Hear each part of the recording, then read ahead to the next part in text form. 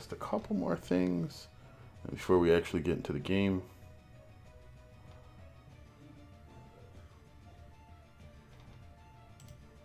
Alright, so test there.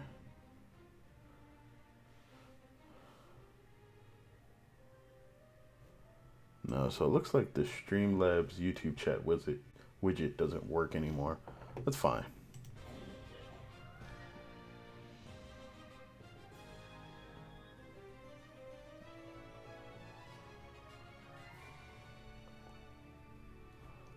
Just means that I'll have to view chat directly from the original window.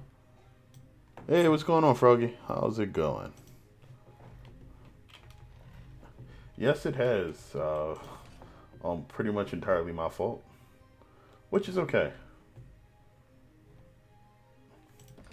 I've had to crawl back from a bit of illness. Never click the notification faster. Glad you're playing again. Thank you, Kelly. I appreciate it. Yeah, I figured one of the things that I wanted to do was go back through Orcs Must Die 2 since I never finished. Alright, glad you're not streaming that cooking game. Oh, a girlfriend really likes that game. She had a lot of fun playing it. I enjoy it too, though. Like, it's not bad. But I think the experience that I want for that game would probably be to actually get 4 players in. Trapped, surrounded. I need to tune the audio for this. It's very loud on my headphones. So much more. But I'm also testing out Mic Boom I got today, so this isn't just standing on the desk or on top of my PC. So hopefully you guys don't hear any humming or anything. Your rift? It was different, fragile. I felt a trickle of power returning, barely there. Not enough to mind control even a single orc. Still, the rift offered an escape. As soon as I stepped through, I saw him. Standing right in front of me with that ridiculous grin plastered across his face. I only had one thing to say. Run! Also, you still owe me Sanctuary. That was my coin flip for this stream. Whether or not I was going to do Orcs 2, or not Sanctuary, Sanctum 2. Sanctum 2. But yeah, that was the coin flip between what I was going to play. I guess they just have my loadout from the last time I played this game equipped. I am completely unaware of like most of the stuff that was in here. I haven't played this in probably about maybe 3 or 4 years. Yes, it's been so long even you forgot which game you were talking about. That's how long it's been. Man. Wait, so how do I unequip stuff? Do I not unequip stuff? Alright, I left click to free up the slot. I don't even think you're supposed to start with all of these slots unlocked originally. You have to earn them. I'm gonna take the Dwarven Missile Launcher, Scepter of Domination. I think that's her unique weapon. Max has his crossbow, I think. Stone Staff is good. I need it, but Sorks 2 is lit. Glad you're playing the Sorcerer. Sorceress. Her original name before they actually called her Gabriella.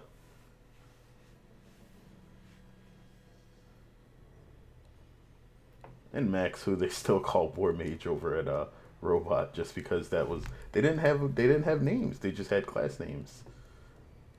So, and I mean that's very fitting for this game, considering it borrows a lot of ideas from just action RPGs. So you feel more like you're playing the class than a character. I'm wondering exactly how Orcs 3 is going to shape up in that regard, whether or not it'll feel like you're playing a predefined character, if the 2 characters that they showed in the trailers and whatnot are going to play differently, or if they're just going to be like skin swaps. Excited for OMD 3 now that Unchained is down? I mean, even if Unchained was still active, I would definitely be excited for Orcs Must Die 3, just because Unchained was meant to be like a whole online like slow content drip thing where new things were added periodically, whereas Orcs Must Die 3 was going to be a more narrative focused, story driven experience, and those are the games that I actually enjoy the most. Like I like something that has a bit of a narrative to it, just because it fuels my progress in the game. Whereas Orcs is just like, oh, there's something new to unlock, and then you just do the same stuff over again. I mean, it's not that the gameplay itself isn't repetitive in a narrative-driven game, but that the progression from like where you start to how you finish playing it kind of changes, and you have to adapt. It's those little bits of details going from like your starter hero to being fully decked out that I actually enjoy. That was a pretty long explanation for something that was relatively trivial, but I got the acid. No, I don't. We got the ceiling darts. Um, those are good. Barricades, I don't remember being super great here. Ice amulet, it works completely different than it did in later games. Healing trinket, I'll take the slow health regen. And why not? I think that's good. Do I have any floor traps? No, I don't. Do I actually? Oh, this is the only floor trap that deals damage. Okay.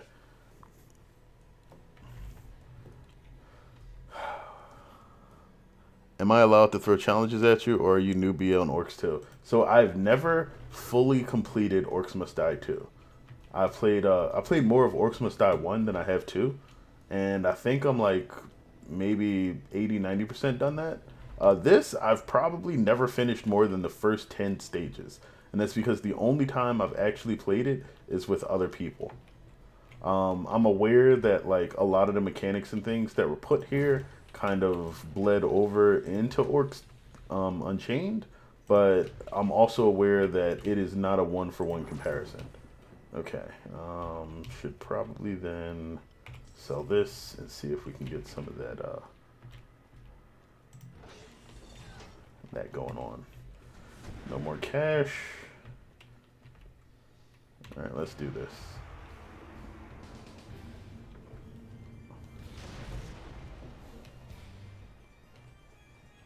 The movement here is also a lot freer, like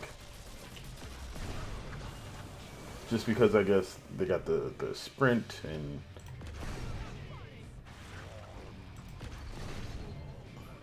I've only played the first 3 levels of Orcs 2, so don't feel bad. I mean, if you want to give me challenges, like I'm more than willing to give them a shot. I doubt. Oh, I forgot. This weapon you have to be careful with because you can knock enemies into later parts of the map, and that can wind up being very bad for you. Okay, what do we got now?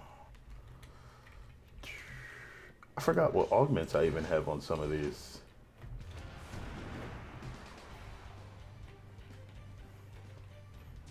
So what was that stones them? Okay.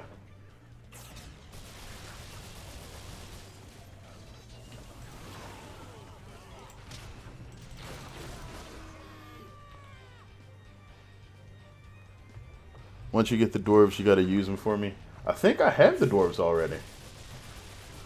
Like thanks to Steam saves, I've retained like everything I've unlocked from playing this game years ago. I just don't remember what it was. Oh, you lose rift points for dying here too. I got to remember that, so I can't be trying weird stuff like that all willy nilly. I was just trying to jump on the train tracks. I don't know why the jump just didn't happen. I didn't even need the mana. That was really silly of me. Can I shoot that or travel through here? No. It's alright. I've already got 5 skulls on this map from an earlier run, so I'm not really that worried about it. Okay.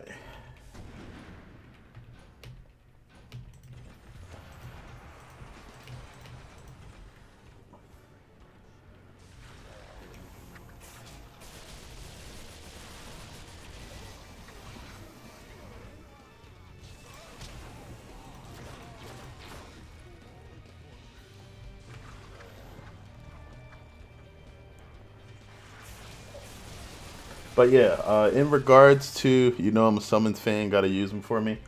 Of course. But in regards to whether or not I'm going to be streaming more often, the answer is yes. I'm probably going to cut back a bit on video production just because I'm still working on recovering a bit, and that requires a bit more rest for me. Meaning that I won't be streaming a ton. Like you'll probably get some weekend streams and maybe, if I'm lucky, like once or twice during the weekdays. And I'm going like there's still some stuff that I think works better being done as videos rather than streams, and so I'll work those out as I get time. But yeah, like you'll definitely see me streaming more and videos and everything starting up again. But the past few months have been rough. My girlfriend's still like super sick. She got like some crazy level of bronchitis that required going to the ER and steroids for her lungs and all kinds of crazy stuff. So that's been kind of a nightmare. Luckily, she looks like she's going through the end of it now, and we don't have to worry about, hopefully, her going to the ER or urgent care anymore. She's got a doctor's appointment tomorrow, so I'll get some more details on that when it happens.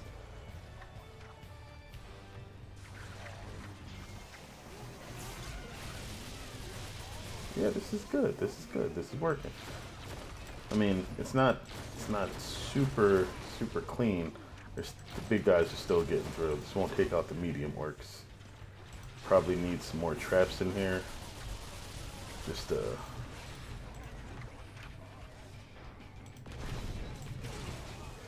oh, that's right. The right click on the missile launcher is supposed to be a flat cannon. Oh, skull! I can't grab it. That always feels so bad when the last enemy you kill drops a skull and you can't pick it up. Geez, hope you two get better. Someone's got to guard the rifts. I am, for the most part, I'm okay. Um, I think the last thing that I have to deal with is just a little bit of physical therapy on my leg, just exercising that and making sure like everything in my knee heals properly, and then I can get around again. And I'll be fine. Like I have some more doctor's appointments actually next week, but for the most part, I've recovered from everything without too much trouble. Uh, the hardest thing was just for a couple months there, I wasn't quite that well, like mentally. Like I was losing focus on stuff. It was pretty crazy. So it was really hard to get anything done, work and otherwise. All right, so choose my defenses. We got one. We got two gates. Rifts this way. Hmm. All right, so this is a lot of wall stuff. We also got some ceiling space, I think. Yeah, we got a bit of ceiling space. Floor is not looking too good here. Not a lot of space to put floor traps that actually work.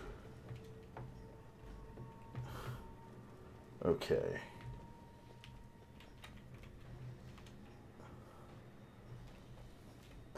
So the question with this area for me was always, do we toss all of the traps up here, or do we put them down here and kind of let them rock this way? It's easier to hoard the enemies into this area, and your floor traps can actually get some use.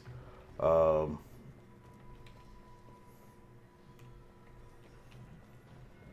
but you still have to trap both the walls, so it's really not any safer. Um,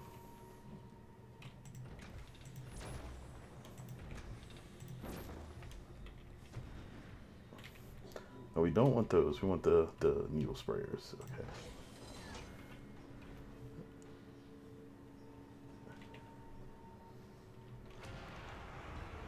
All right, and this was her wand. The right click, I think, was the charm an enemy. That basically just works as a stun.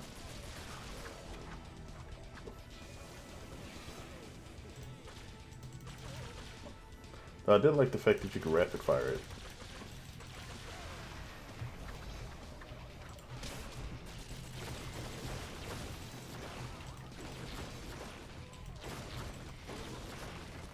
Okay.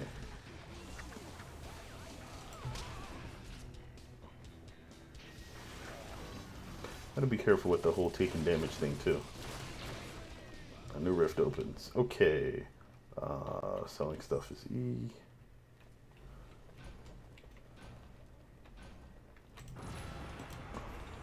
I like being able to actually place traps while things are going on too. A feature that unfortunately was not in Unchained. Or at least the final version of it before they took it down. I gotta be careful with this, because if they die down there, that's not the end of them.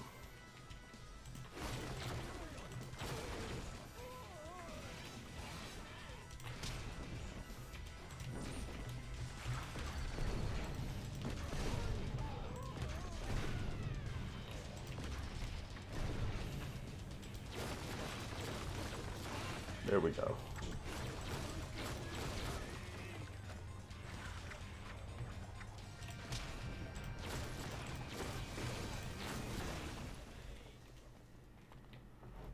But yeah, I will probably plan on doing Sanctum 2 next weekend.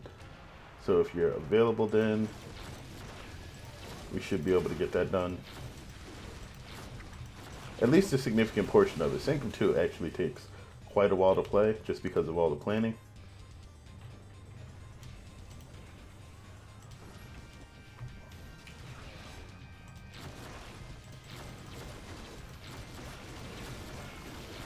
Forgot, weapons have a fire rate in this game that's pretty fixed. So if you can get the timing down, you can do a ton of damage with them. Some weapons just fire a lot faster than others. That's what I like to hear. Yeah, I figured you'd enjoy hearing that.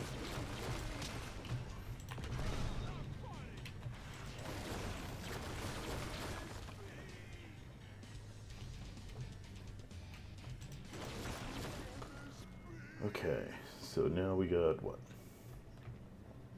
Both of them again? It's probably not going to be one after the other this time, though. Alright, I'll take one of those.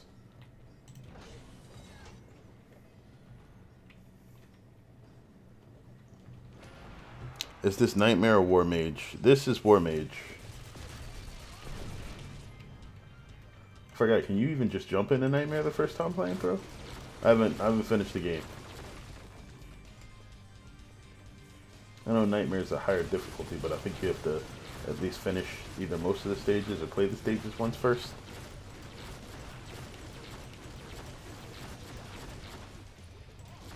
Oof. Hey, Earth Elementals can actually be crowd controlled. That's what I like to see.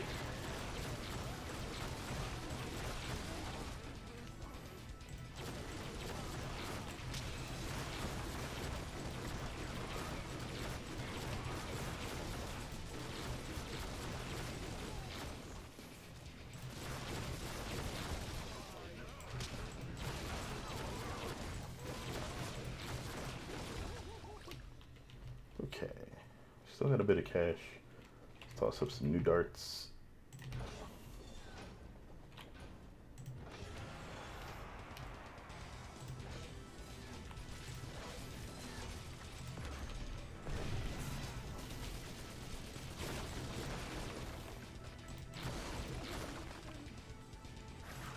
Have to finish War Mage, but didn't know because you have some things that come from other levels. Yeah, I played this a few years back, and I think I finished maybe about 10 levels, but I'm not sure exactly how much of the proper game that is.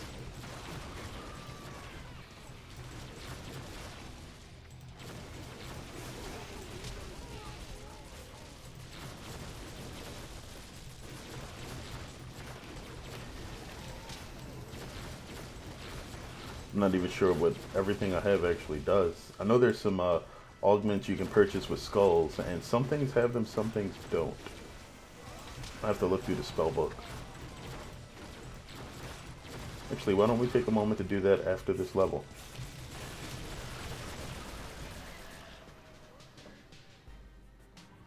The victory dances. And we get a new set of dances when Orcs 3 drops. Just to see what the new characters will do there. Alright, spellbook. So we got vanity stuff. Hey, Chaos Prophet. What's going on? I'd like that. You know, I enjoy knowing what stuff does.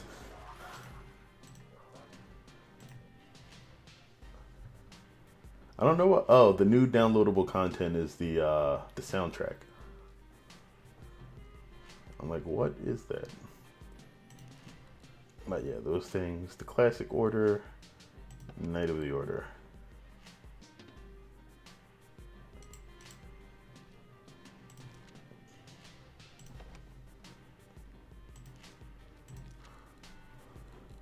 All right, so we have the Guardian trinket. It's just here. So are you going to get OMD3 when it first comes out? You have to have Stadia for that, and I don't currently have it. I'll have to see what it requires and whether or not I'm going to do that. Actually, we can find out just...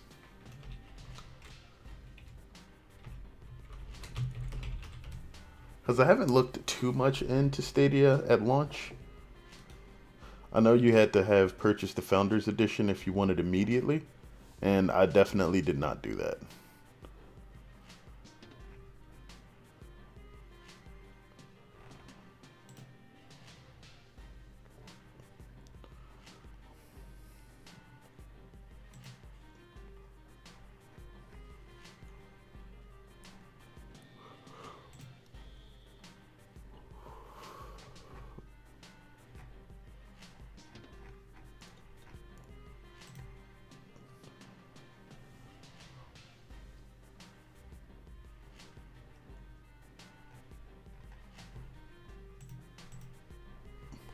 By the way, can we get some likes for this awesome Orcs 2 stream with our man Vermilion?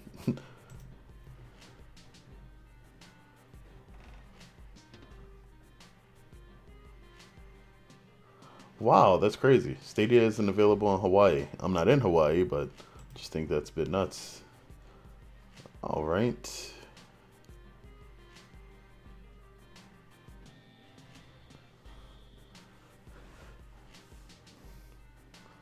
It's interesting. The Stadia controllers cost about $70 each if you pre-order one. It looks like you need an extra one for multiplayer. But if somebody else has the Stadia controller, I guess they can just come over and play with you.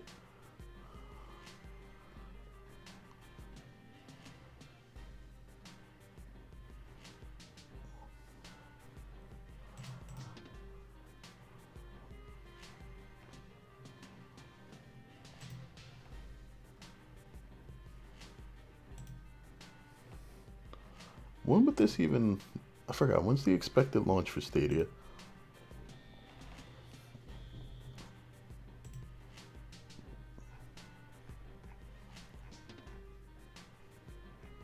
I know this is kind of a detour. Sorry about that.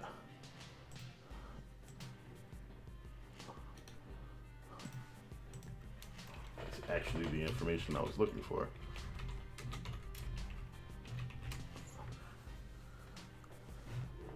So Stadia actually comes out next Tuesday. No, a week from Tuesday is when it launches.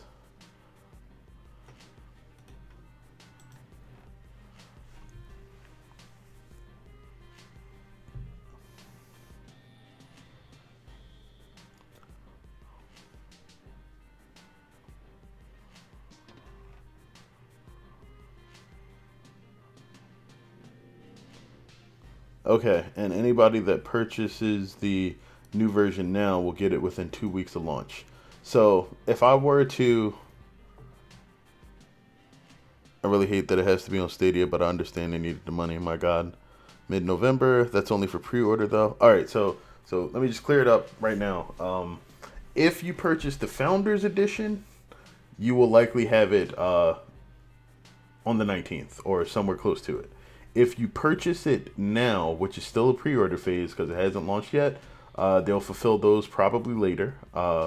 And they expect to have it fulfilled within the first 2 weeks of launch. That's not a guarantee because, you know, it's all stuff that they say on the website, but nobody actually has the exact details on how many handsets they have and whether or not they're selling out. So that means that if I were to go ahead and purchase it now, we still wouldn't see it until the beginning of December, sometime like maybe a couple weeks before Christmas. And I mean, it's working. I'm considering buying a Stadia just for OMD3. Yeah, but at the same time, like, I don't know if I want to spend 130 bucks just to play one game that might be on it. I know there's a few other ones that look interesting. Um, but at the end of the day, it's a $70 controller and a subscription service, which isn't bad. I mean, the if you look at the cost of your average gaming controller these days, uh, for a console or something, $60 plus is about the average. But then the rest of the price is pretty much the subscription service. And I think they were talking about. I forgot what the subscription of Stadia was supposed to cost.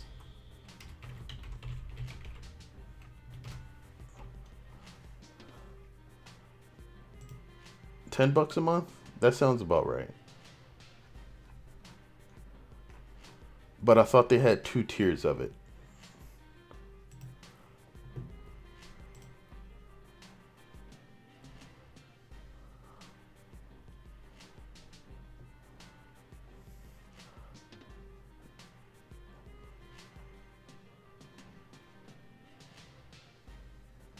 And the base thing comes with a Stadia and a Chromecast, or the Stadia controller and a Chromecast. That basically covers the first $100 out of pocket, and then the other 30 is 3 months of the service.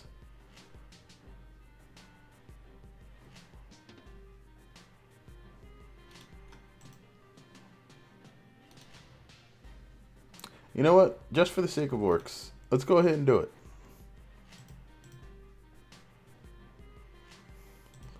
What's in this card? One. There we go.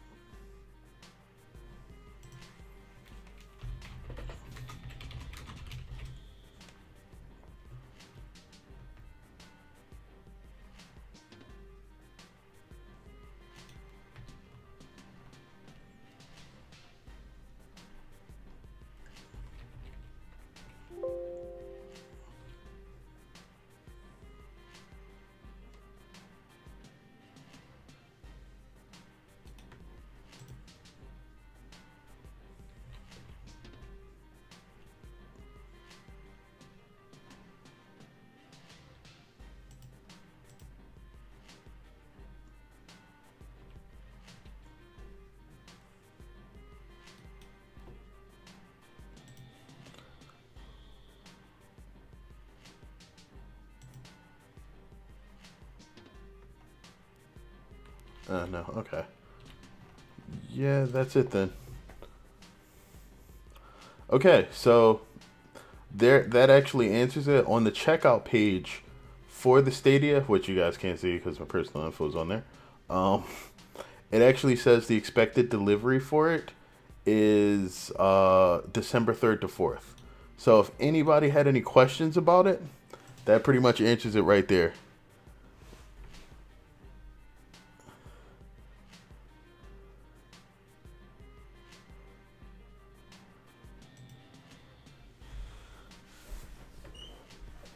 So around the beginning of December, if as long as everything launches properly with Stadia, you guys should see me playing Orcs Must Die 3. So just saying, use the Guardian Trinket and all the Guardians you have.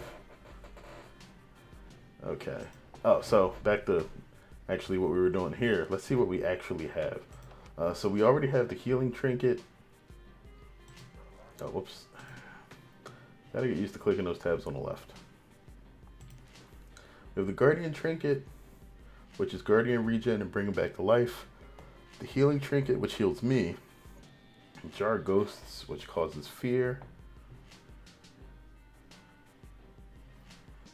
Defense increases my health and shields player from damage. Okay, and then the Freedom Trinket basically releases you from stuns. I don't have that yet, but I can buy it. Traps. This is Dwarf Guardian, Archer Guardian. I think you start with the Archer. That's the first one they give you. Do I have the Paladin yet? It doesn't look like it. Decoys up there, Paladin's down here. Void Wall, Bear Trap, and Shock Zapper.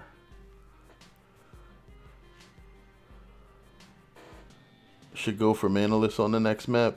Fun challenge.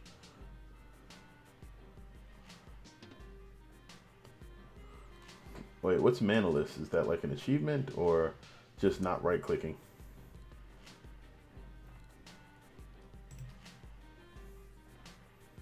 Oh, Max doesn't start with the crossbow, or just she doesn't have the crossbow because she's not Max. Alchemist Satchel, Acid Bombs. I feel like I had these before and I liked them.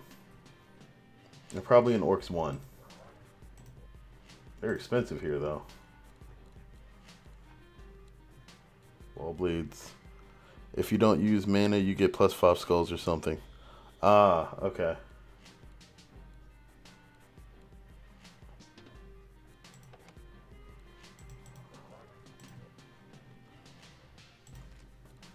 Weapons. Alright, we got the Blade Staff, which is basically just melee combat.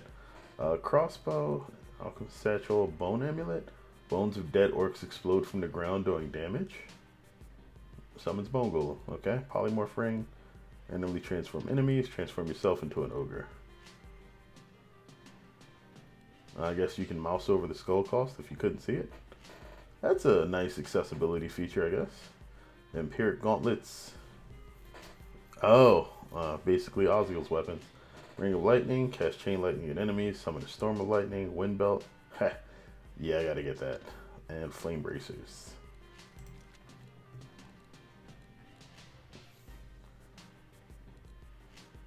Brimstone, we like Brimstone. Challenge no mana usage dwarves and archers. Okay, no trinkets and no right click, and you get extra skulls for it. Wait, can you use the passives for trinkets, or you just can't use trinkets at all? You should get the Ring of Lightning as soon as you can. Okay. I mean, I got a few skulls saved up. It won't hurt to save a few more. This is it. You can use passives. Alright. Let's go back then. You can refund all the skulls.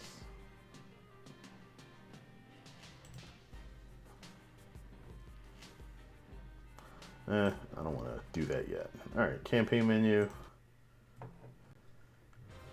Alright, so yeah, these are the stages that I have cleared at some point. These are the ones that are 5-starred. We just did the tunnels. We can do the chasm next.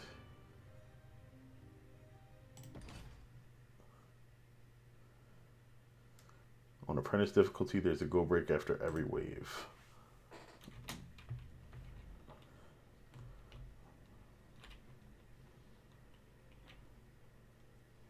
Okay, so let's drop all of the old equipment. So we wanted to do Guardians and no mana, right? So let's use a weapon that works. Let's go for the Stone Staff. We can't right click with it, but it's pretty solid at doing damage. Can't use the Dwarven Missile Launcher because that costs mana to fire. I think wall traps are pretty good here. Yeah.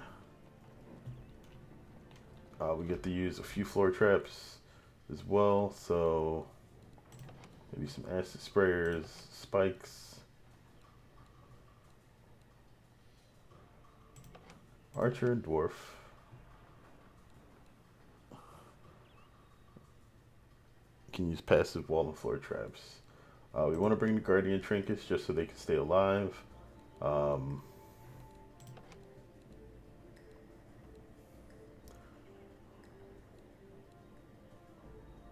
Should we bring the Spring Trap? Wouldn't be a bad idea. It's a bit expensive though, compared to the spikes. No, let's do it. We already have the stone staff. Can't use that.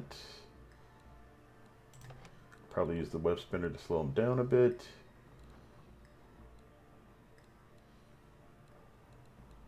You're not even really supposed to have this many slots, so that's probably why I'm thinking too much.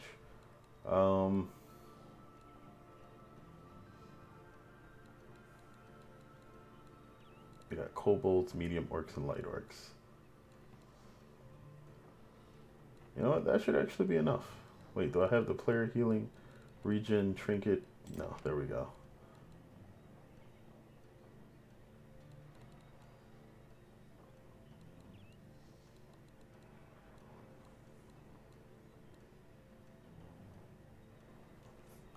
There's a thing called Untouchable 2 where you don't get hit and you get extra skulls. I've done Untouchable before. Whether or not I'm going to do it now, probably not.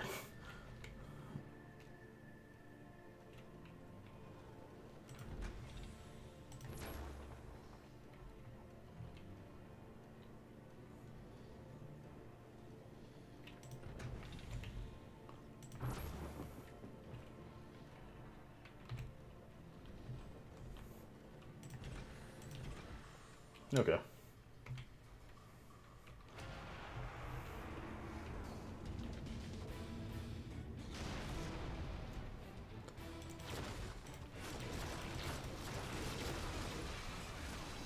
I got some card action going. That's good.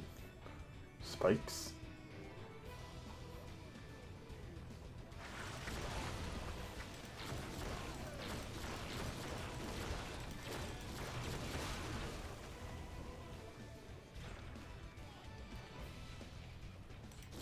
Not the day kobolds.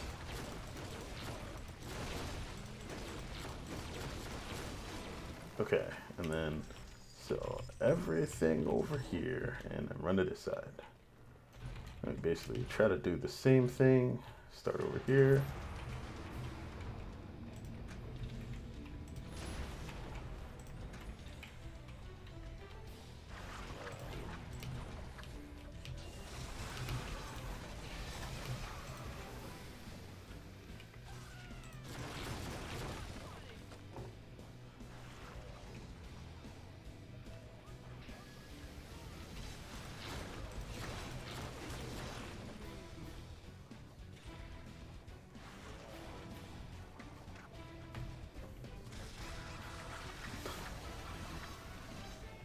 There's a lot more guitar in Orcs 2 than there was in Unchained. I do remember that distinctly. Probably should have brought a barrier just to put on that side. Nope. Okay, let's come back over here. Actually.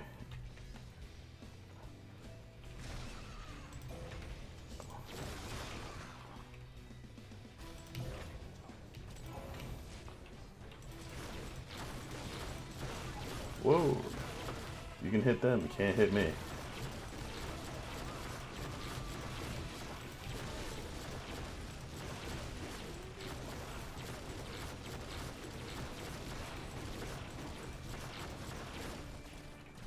Okay. Not enough money yet. Alright.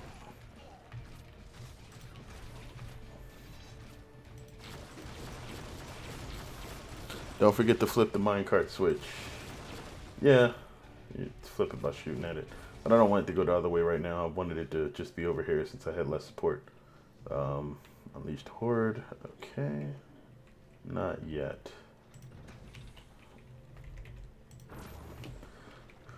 Okay, don't have enough for dwarves yet. We'll get like maybe 2 more archers and then put some dwarves in too. After we add the spikes. I'm so used to pushing Z for go breaks that like I'm like tapping Z in my mind. It's like push G for go. Because G for go makes sense. It's in the word.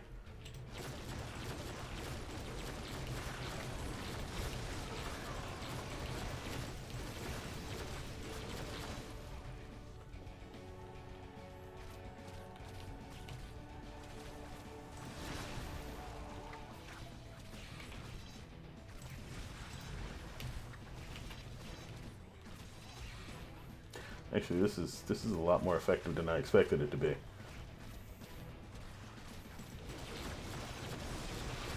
Like, the only thing that's not getting dropped immediately is, like, the medium orcs.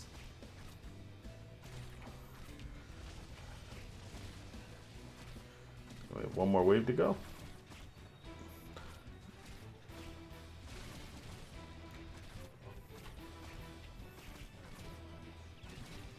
Alright, doesn't look like they're gonna die soon enough for me to get that dwarf support in.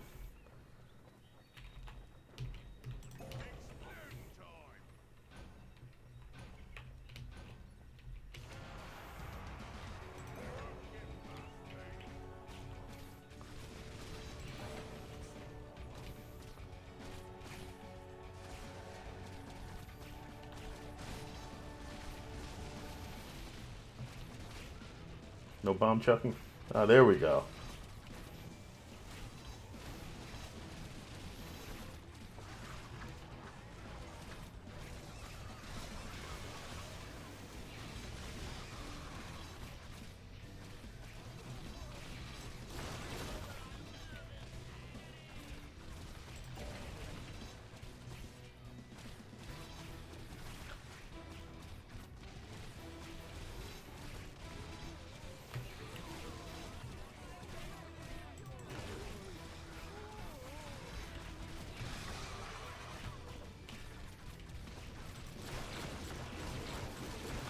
Alright, went this long. Better not get hit.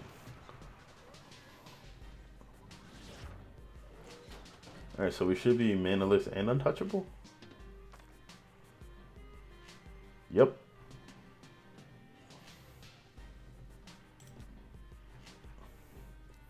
Alright, yeah. Untouchable is 2 skulls, and manaless is times 3.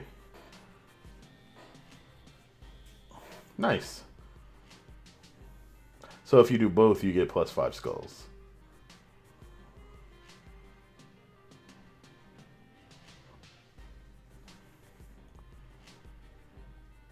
Oh, and I got par. So now that we have a few more skulls, we can actually go into the spell book and buy something. Alright,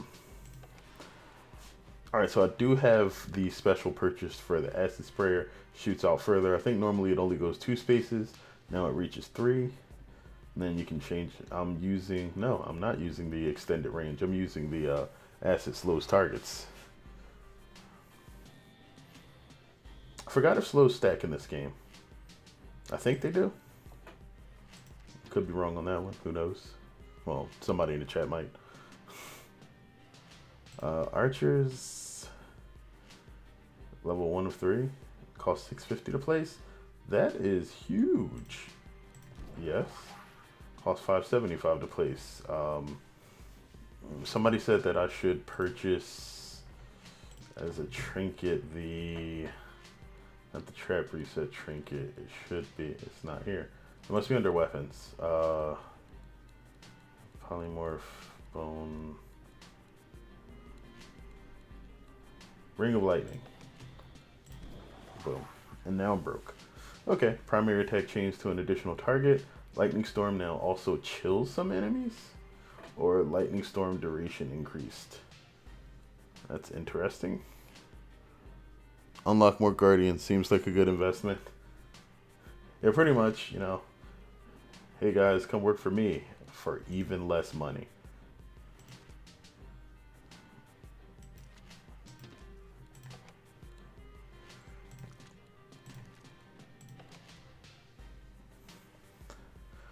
Barricades maxed out and got the special purchased.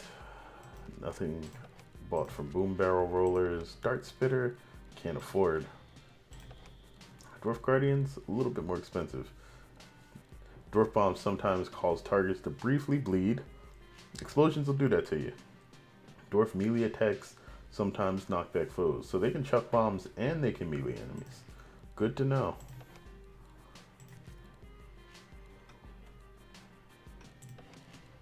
Spikes reset faster. Absolutely. Alright, that's all the skulls. Little tutorial.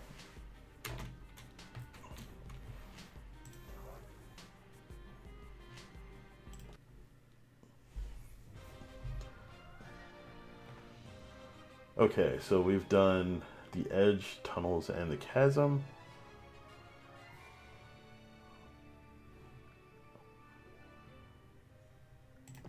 Next, we're at the crossing. The only slow that stacks is the ice slow and web spinner. Okay, that makes sense then. Then if I'm using the slowing effect on there, the web spinner is kind of pointless. So I should probably switch to using the ice vent or grab the extra range on that. Traps, acid sprayer, shoots out further.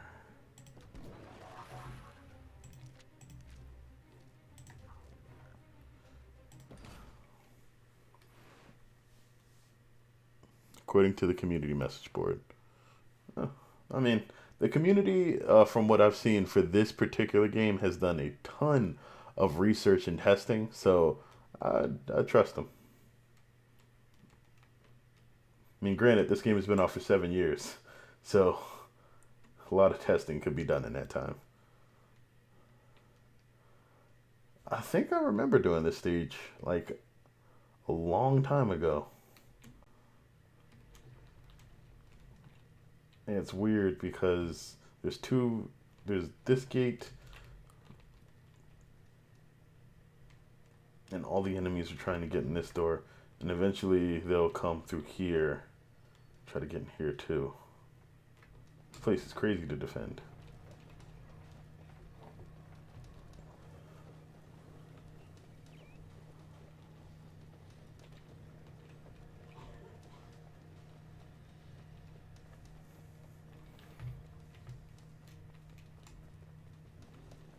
Okay, so for the most part, I don't think you can really barricade block things as well in this game. They'll just punch through them eventually. And you don't have a ton of coin to do stuff like that with. Coin was definitely a bit more plentiful if you don't do a ton of combos and Unchained rather than here. Dwarves and spring traps, solid strat. Yeah, I believe you. Springs off the cliff. Only thing you got to worry about is whether or not they cross the tracks. So you use the minecart to deal with anybody that happens to take that route. That's working about perfectly right now.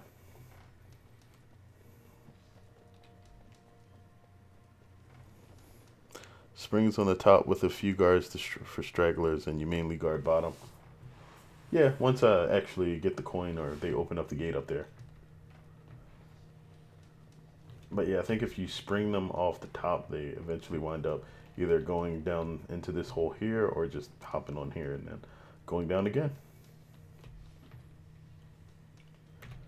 I'll create a nice step ladder for them.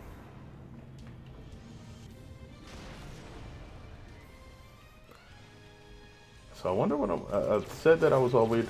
Oh, I got hit. I was going to try to do. I was gonna try to do Sanctum 2 next week, but there's another game that I also wanted to try to get in there, just in case I don't want to do Sanctum 2 for the full stream, or if I want to split the days between two different games. I'll probably try to get in some more Death Trap as well, because I wanted to play a lot more of that game, but I happened to, kind of kick the bucket right around the time that I was getting into it, which sucks. Those are surprisingly effective. And up the stairs we go.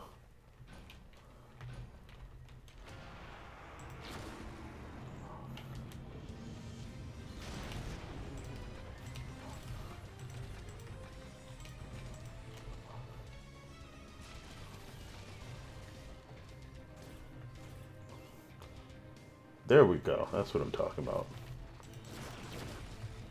Just don't land on the bridge and we're good. You landed on the bridge. Come on. Oh, thank you, Pathing. Thank you for sending them back up here. Dang it.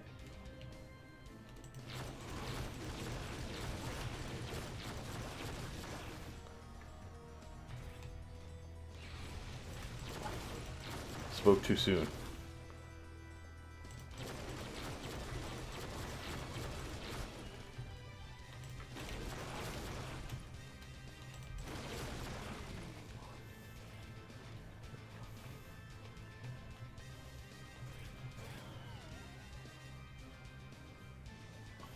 So Death Trap is solid. Yeah, it's a better title than I actually expected it to be, and because of it, I actually started getting into the Van Helsing action RPG a bit more. The mythos and everything that they built into that is kind of interesting, and the way that it uses the world to actually just demonstrate everything. Like it's not based on like any of the Van Helsing movies or anything that they've done. It's just like an RPG based on the idea of dude in like a steampunk, like Europe, hunting vampires.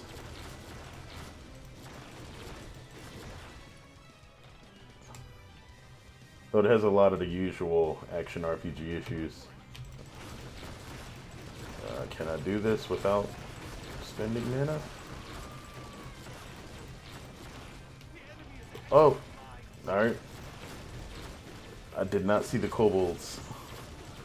Saying to be honest, never looked into Van Helsing games until Death Trap, then played them all. Wait, how many are there? Like, I know there's Death Trap and there's Van Helsing. Like, the first Van Helsing RPG. Is there more in that series?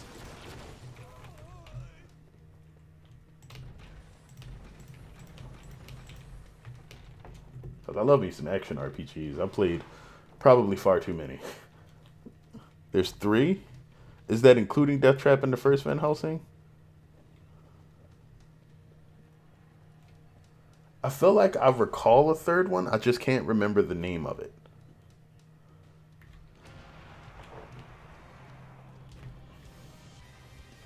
Alright, we haven't lost Manaless yet, so let's try to hold on to that one at least.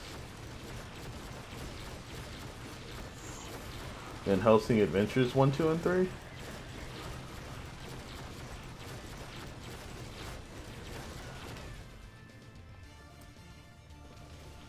Is that what it's called?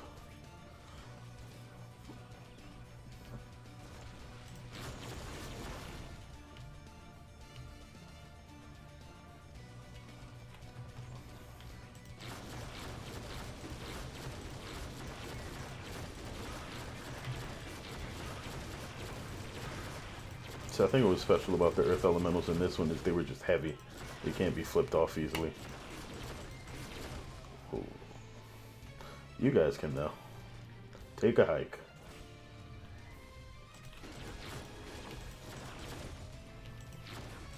Or take a flight, you know, you choose.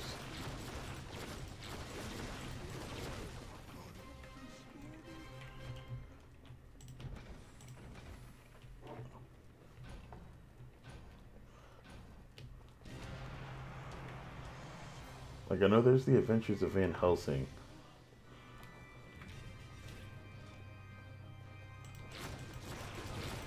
Wonder why it was so hard to find them on Steam then. Maybe I didn't look right. Or maybe it's just been so long since I tried. I wasn't in the right mindset when I was searching. Yeah, The Incredible Adventures of Van Helsing is the first game. I have that one.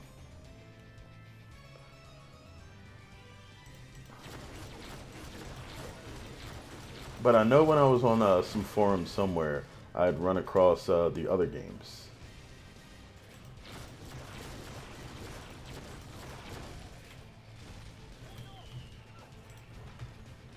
Alright, we do need to make sure we're good down here.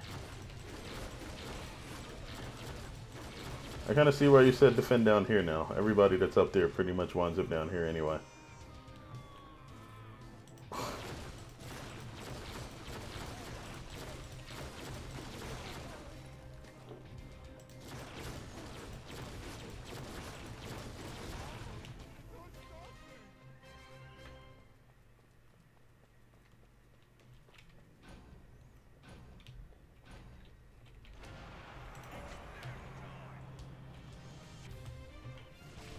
Oh no.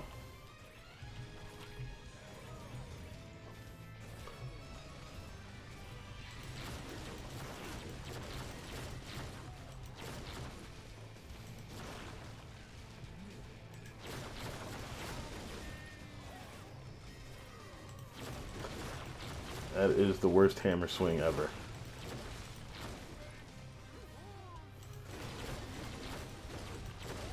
Archer literally just walked by him.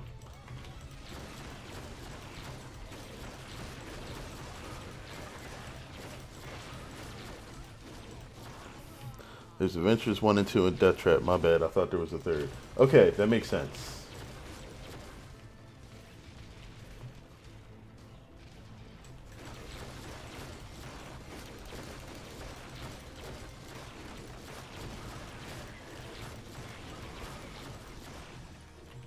Whoa.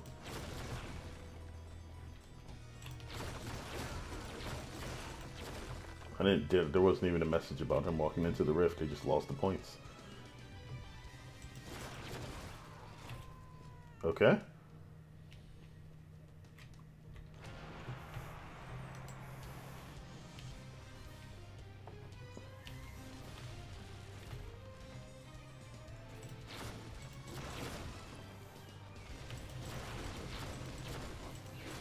I like the whole step effect that this gets. It's like up down here and then bounce off there and then I don't think they bounce anymore after they get down there. But once I played Death Trap, I went back and played the RPGs and loved them. Lots of character diversity. Yeah, that's what I was thinking too. Like even with just the same class, like the way that the builds work when you specialize differently in Advanced Helsing is really interesting. They allow you to put a lot of emphasis on the way that you play the game rather than, you know, just going for skills that deal the most damage or something like that. Which is, you know, somewhat refreshing compared to the way that a lot of RPGs behave. Okay, you guys are kind of problematic.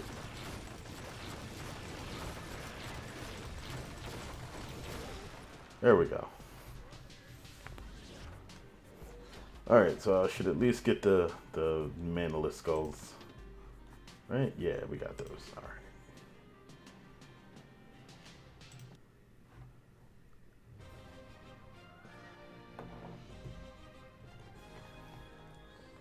Alright, so that's good. We got the first 4 stages done. Now we have to actually focus on trying to get the 5 stars again. I think for 5 stars, you just have to lose no rift points and manage to hit par, just like in pretty much all the other games.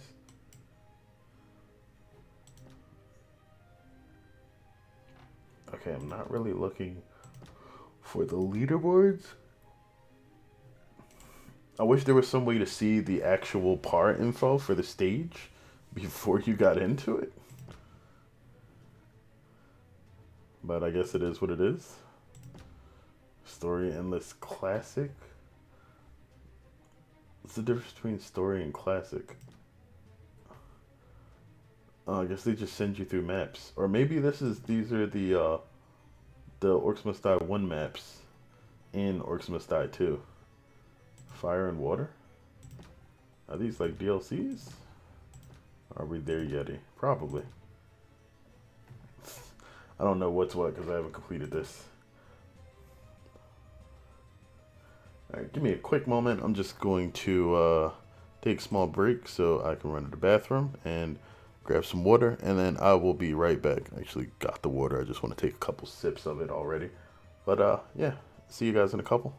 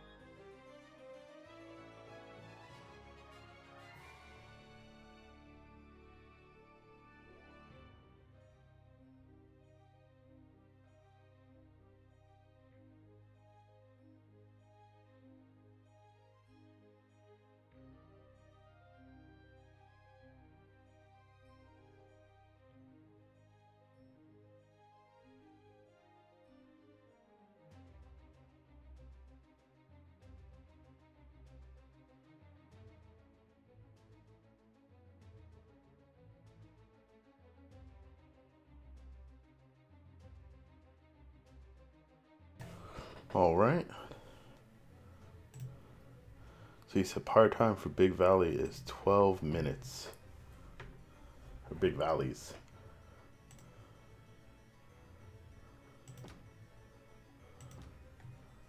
Yeah, they don't let you even attempt Nightmare till you finish War Mage.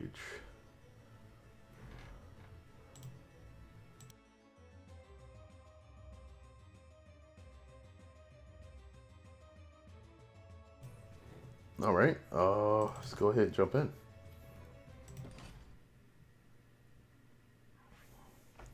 Taffy is delicious. Most taffy.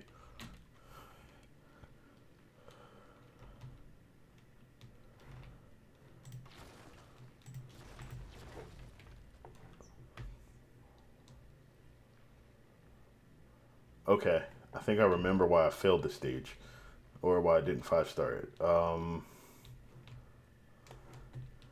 You have to be careful with the way you place things, and enemies, I think, enjoy wrecking any sort of walled off barricades that you set up.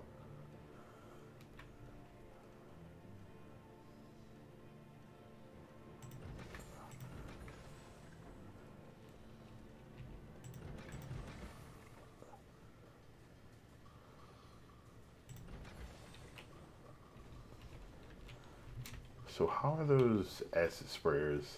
Let's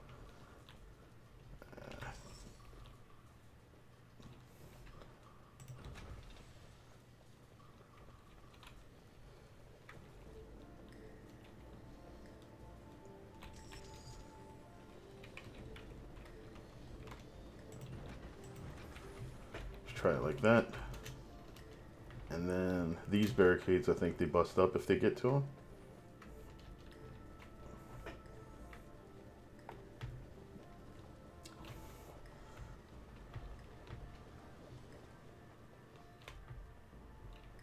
I think that's all the prep I can really do right now. No, I can do one more of these.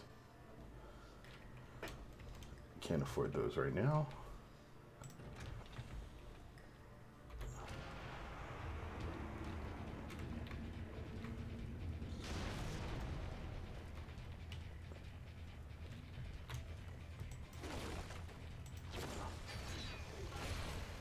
Nice. Not sure if I was supposed to save that for anything important.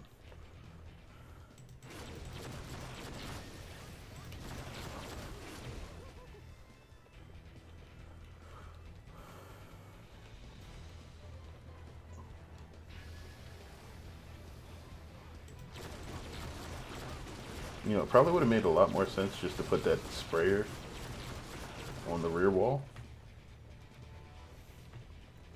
Like back there.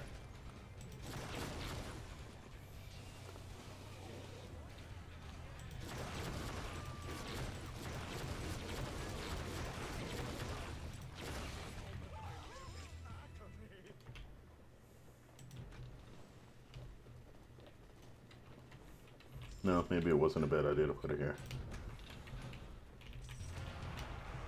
Okay, everybody's gonna be... Oh, gosh.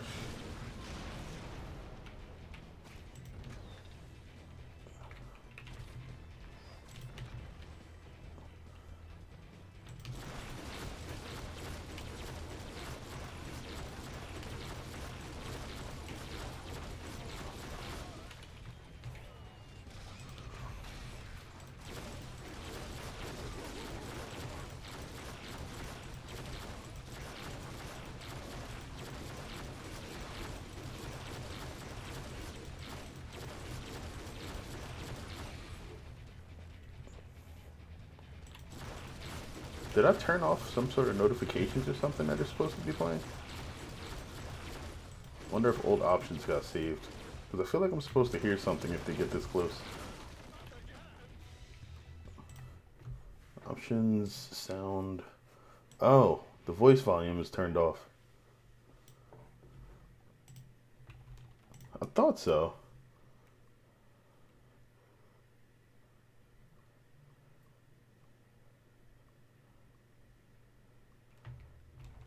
Okay, there we go.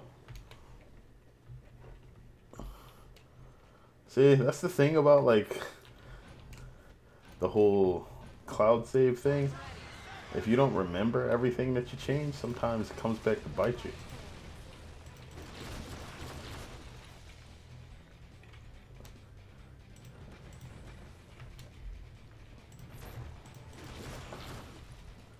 Okay, we can put a slow on the other side once we have the coin for it. Free skull. Gotta run.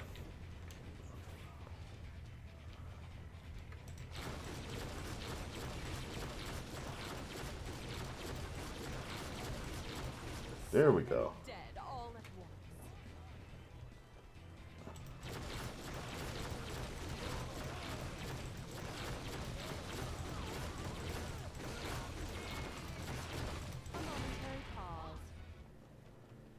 Okay, so add the slow there. I can put the flip here, and I didn't bring any ceiling traps this time. Doesn't look like they'd really be doing much anyway.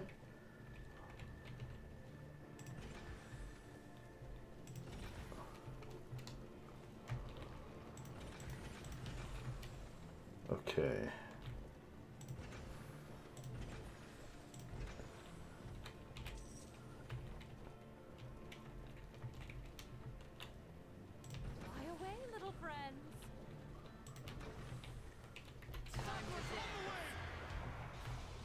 Alright, let's see how well this works. I don't know if anything special or particularly problematic is going to be coming through here.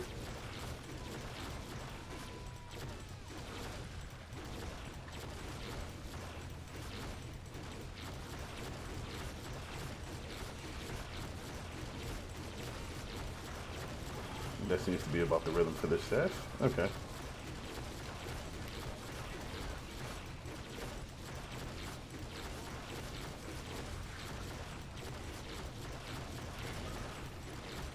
Is that another skull?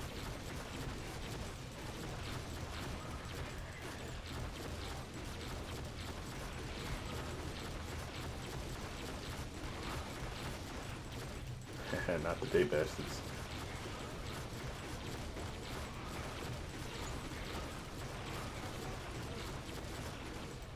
Oh, I can take your Rocky Mountain asses right back on into the acid sprayers. Alright. There we go. So this could use a bit more front loading with damage. Or just some of this. That's good. Okay. That's okay because what I have set up over here kind of works anyway. They blew up the barricades on the left side though.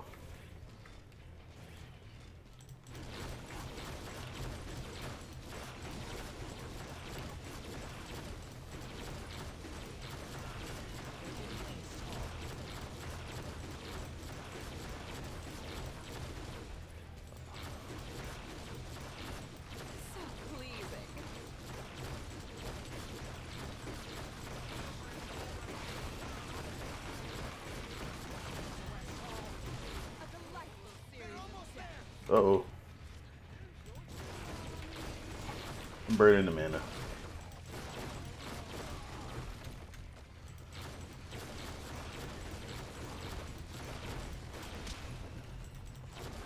Don't think I can.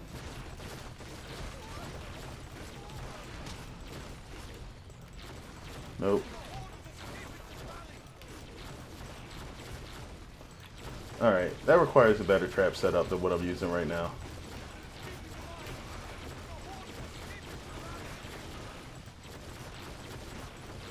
And that will be why I didn't 5-star this the last time.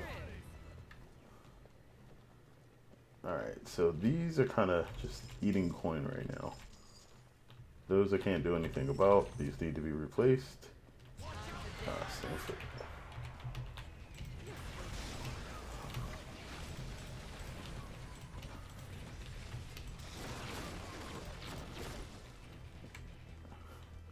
This map sucks. I remember giving up the first time and making my boyfriend do it. Wow. Unfortunately, I don't have that luxury. At this rate, they'll run out of Orcs. What are you doing? Why are you trying to go cross country on me? Alright, kobolds are definitely a problem. So, I should redo this map and treat it as though it were mostly walls, rather than relying on the barricades that are pre-placed. Like, I think this map is actually important in just the way the barricades work here, because even if you're not using the barricades yourself, they'll teach you that, like, blocking things off will eventually get the barricades destroyed, and teaches you not to rely on them solely for pathing.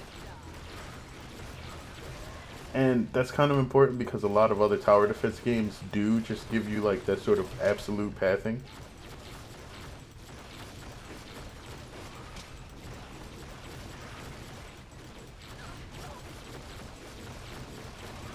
Wait, where did you come from? You should be dead. Let's do that again. Okay.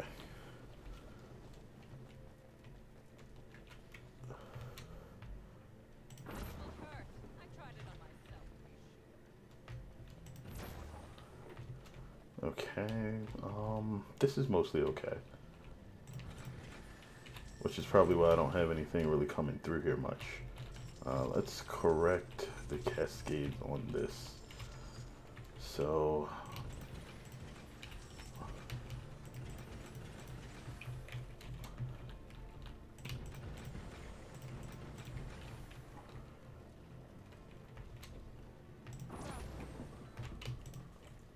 not enough for that.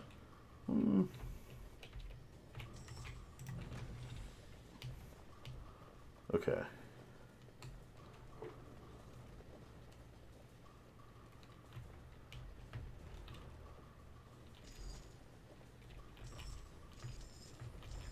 Rather than making that 4 wide, I should just move everything up here a bit.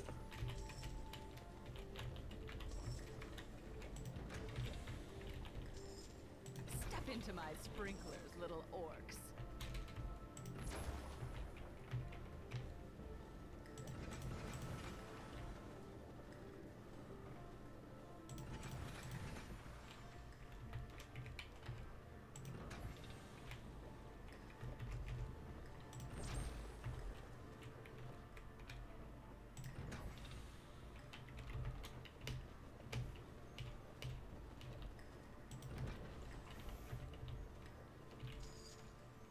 Nah, I can't get another one up. Alright, so I'll leave you for now. So that should be good for now.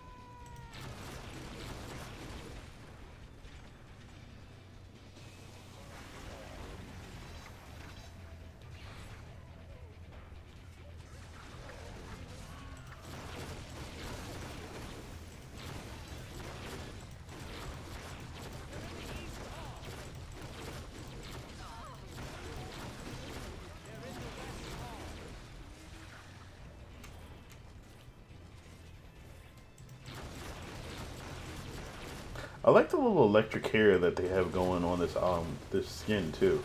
That's something that a touch that they didn't add to Unchained.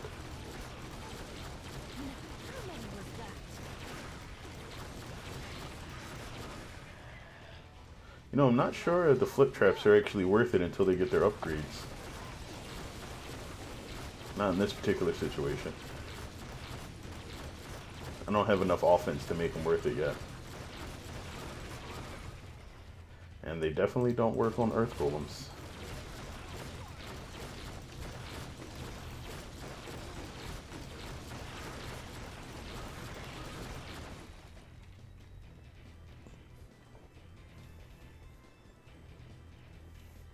Well, and they also cause things like that.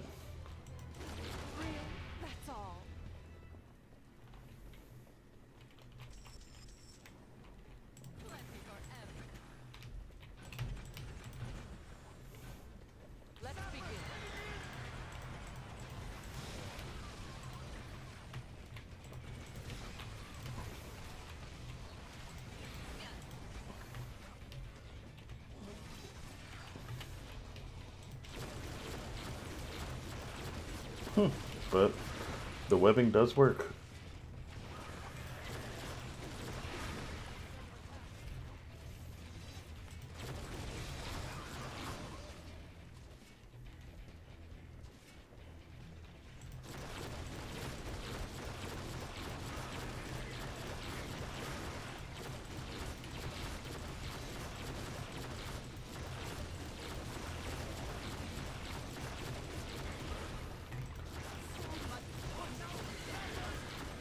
I gotta remember how important cost efficiency is in games like this too.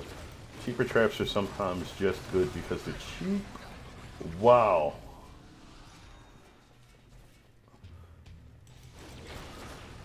Did not see myself getting blown to bits like that.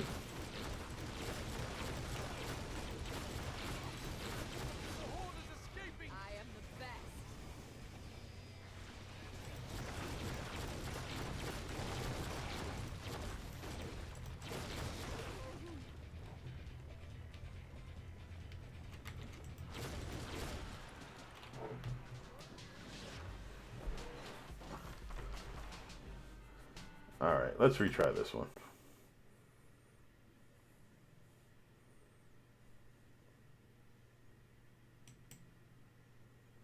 The DH was created because most pitchers can't hit?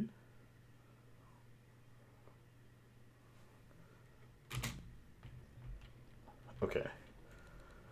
So, not liking this. These are still a bit too expensive here. Alright,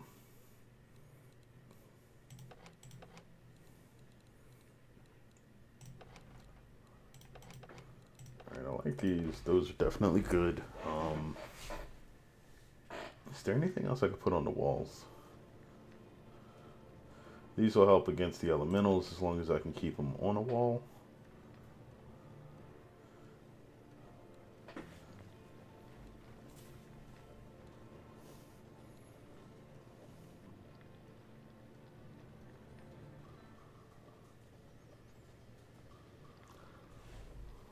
I was thinking the archers might not be bad. I could tuck them into the nooks between the maps, but like the enemies would still have to run over the traps, so that could still be a problem. They'll get close enough to murder them. But it can't hurt. They're also a lot cheaper than the dwarves.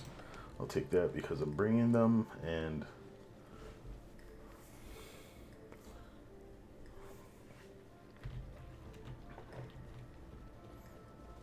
okay, if I want to bring any ceiling trap, this is the one to bring. And it would go along here, maybe? No. It doesn't reach down far enough. Neither does this.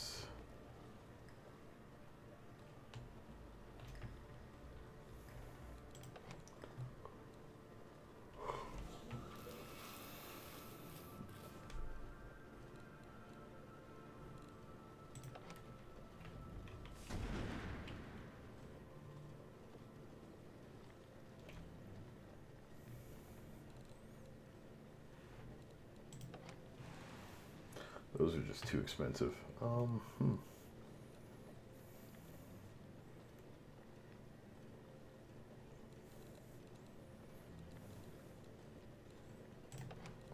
Just bring back up barricades. By the way, I think they could have remade this game and put it to console. Made a lot of money for OMD2 or for OMD3. If I'm right,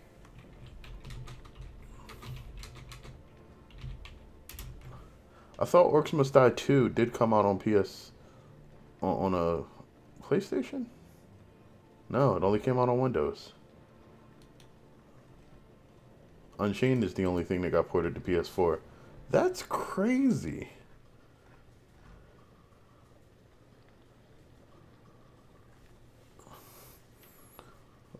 Like, alright, so I don't think it's any just Orcs Must Die 1. Yeah, I don't think it's unknown that I think Orcs Must Die 2 was even more successful than Orcs Must Die 1 was. Uh, Contrary to how not particularly popular Unchained happened to be, just because of the whole free-to-play model. And it's starting out as PvP rather than like PvE focused. Then they had a falling out. Yeah, I think that issue was because of some issue they had with Microsoft. But a lot of people have issues with Microsoft when it comes to porting indie games, mainly because of like back when the online status of consoles was becoming a thing.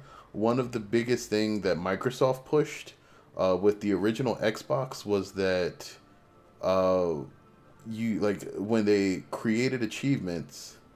I wish they got past that and just made money with a good game. It's a little bit more than that with Microsoft. Like games that have updates that add achievements and things like that to them. On PC, most of the time, developers can just push those out as free updates to the game. For Microsoft, that's all right. She's okay. For Microsoft, the way that they do it is anytime any updates come out that may add trophies, trophies are considered content, and trophies have to be paid for. Anything that adds trophies requires a fee. So even if with Left 4 Dead 2, for example, there was a lot of updates that added like modes and different like things to the game, new maps and things like that. And because there were achievements tied to them, when they came out on Xbox, you were required to pay a fee for them so you could actually get the trophies that were related to those. Otherwise, you just didn't get the content, which was a really crappy way to do business, but it was how Microsoft operated. And this is before, everybody like was complaining about lack of crossplay and things like that. Like there's a lot of pretty crappy things that gaming companies used to do and still do when it comes to their player base that they do for the sake of business, but really is just so they can try to keep a stranglehold on the market and maintain their market share. And, hopefully, while I'm not touting Fortnite's, complete control of like the free to play shooter market, like the fact that like that game was enough of a cash cow, and this is ultimately the only reason that anybody caved to doing the whole crossplay thing. Like that game was enough of a cash cow that it was actually getting people to just get whatever platform it was on. Yeah, now all indie games do it, so they should do it. Then maybe they could bring OMD3 to console and Steam faster. So with regards to it going to Steam, I'm pretty sure Orcs Must Die 3 will show up on Steam, but only after the Stadia exclusivity window ends. I don't have any info. This whole Real ID shebang in Maryland is confusing. Uh, the Real ID thing is like a whole United States nationwide thing. But yeah, it is kind of weird.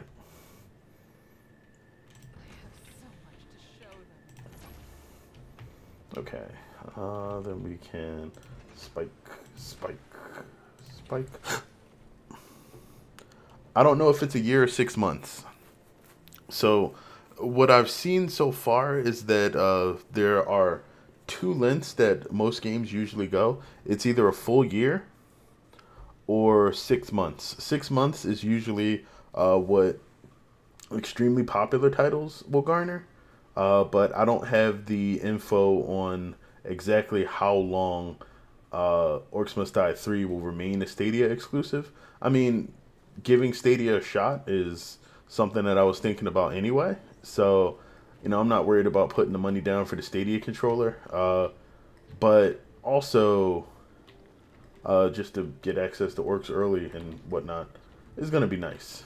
And I'll probably purchase it on Steam once it actually shows up there too. But it's going to be a minimum of 6 months. But for example, I know with Borderlands 3, Borderlands 3 is only supposed to be a 6 month exclusive to the Epic Game Store, which means that by the time Epic actually irons out most of the problems that the game had at launch, it'll actually be a decent title for Steam players. Uh, Not that it's a bad game, but there's some things that they definitely needed to fix from the way it initially deployed. They say bring a bunch of documents, but don't tell you to check the government website if you actually need to bring docs or not. Then when I check for myself, it says I just need to go there, no doc required. 6 months of extra polish for OMD3. We can wait. Um, yeah, with Real ID, just dealing with the DMV or government agencies in general, I'm always going to say that it's better to have more documentation than less, just because depending on where you go, like the person behind the counter might be a dick, and as long as you're prepared for actually having all the details that they might request, then they can't really shut you down or say no. There was a lot of things on the website that said I didn't need to have him the last time I went to the DMV, and when I went in, they said that I did, even though, you know, website said I didn't. It was written in writing. They wouldn't process my stuff without it, so I had to go back and grab documents from home. Luckily, the DMV wasn't super far away from me, so it didn't take too long. Gonna check my mother and stepfather, then called MDOT customer service line.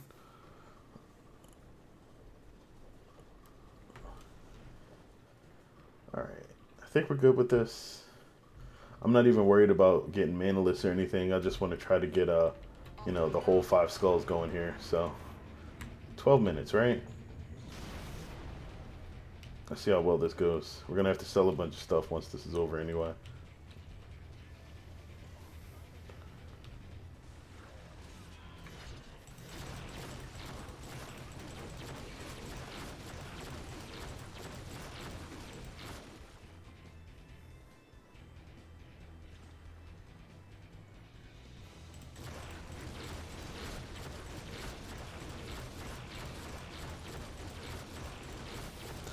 And I'm also gonna call MVA near me to triple check.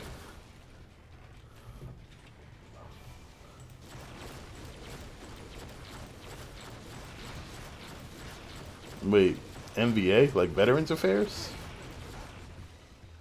A new rift is opening. Okay. So you guys can get... I don't even know where you're going. Are you coming through here? Are you going to the right? What's happening? You're coming through here.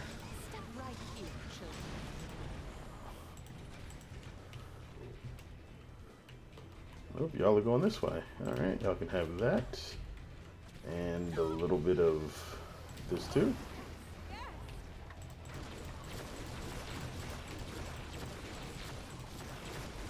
Okay.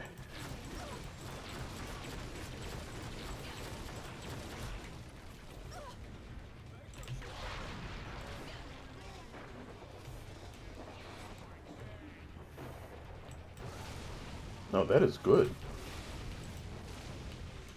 That is really good.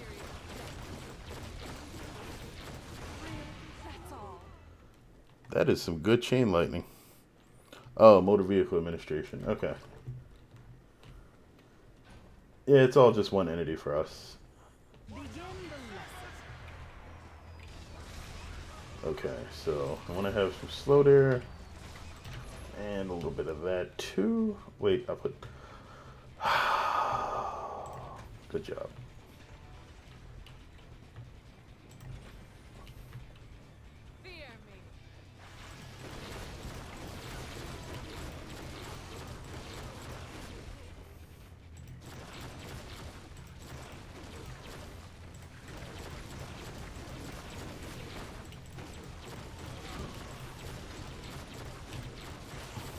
There's many special people in Warframe saying 2 by 2 equals 3, or 2 times 2, and not able to read basic spreadsheet math. Oh no.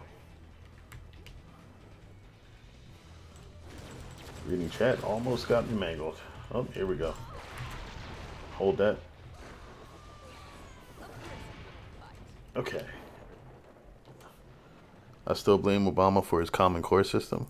Obama didn't even create Common Core though, and most of the issues with Common Core isn't even the way that it's taught. It's just the way that the school board and other people are using the resources to allocate funds. Like, basically just taking money from schools based on test scores rather than actually just distributing things equitably.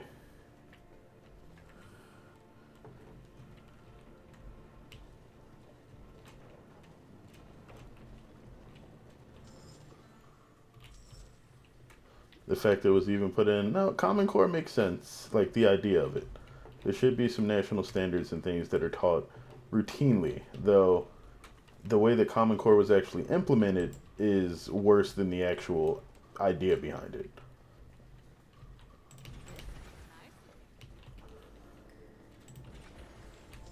The fact that everything comes down to just testing rather than apprehension is probably the cardinal sin of just about everything going on in the U.S. educational system.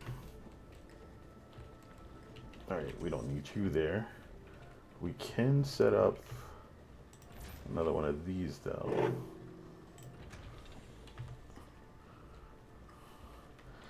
Okay, and we don't necessarily need to use set up the same way anymore.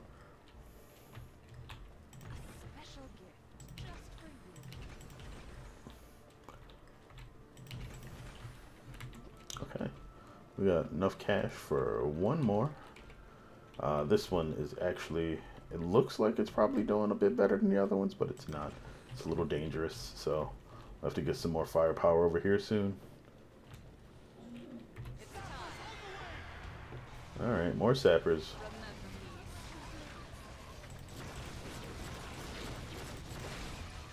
Alright, I was definitely firing at that one. It just refused to die.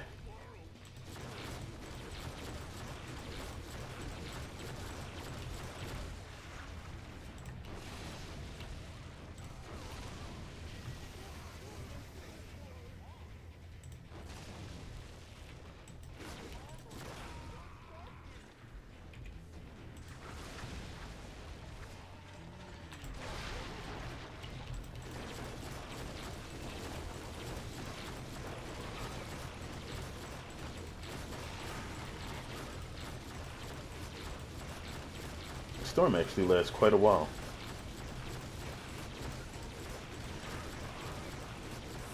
But that lightning costs a lot of mana.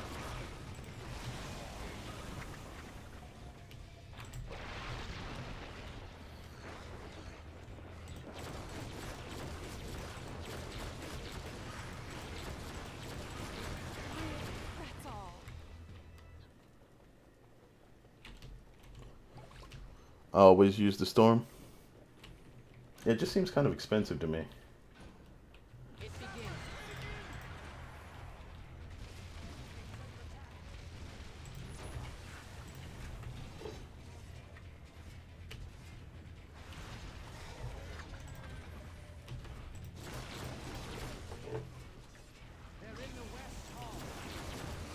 Getting ballsy now.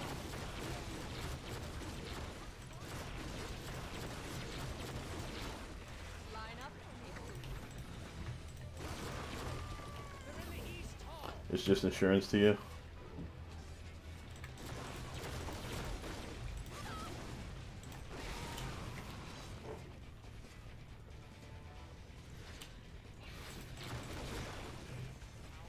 Storm is the best chain damage or replaceable AoE thingy. Yeah, I mean, I'm not saying I don't understand why it's expensive. It's expensive because it's good. Like the fact that Cygnus had those abilities, like the abilities of that ring just as part of his character's kit, is pretty much why he was one of the better characters in Unchained.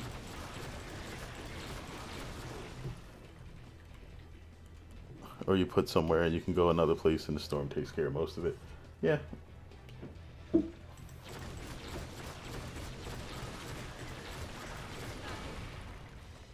Okay.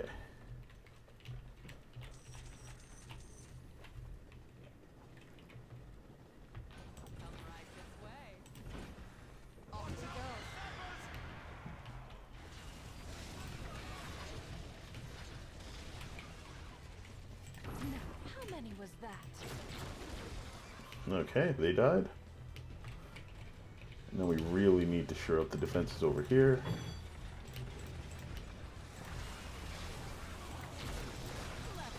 Not today. Alright, they all died. You too.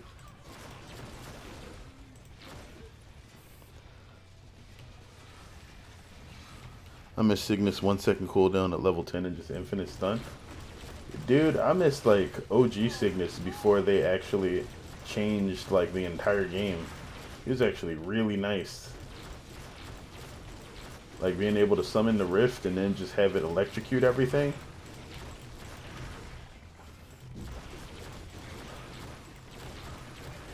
Like it made no sense, but it was good.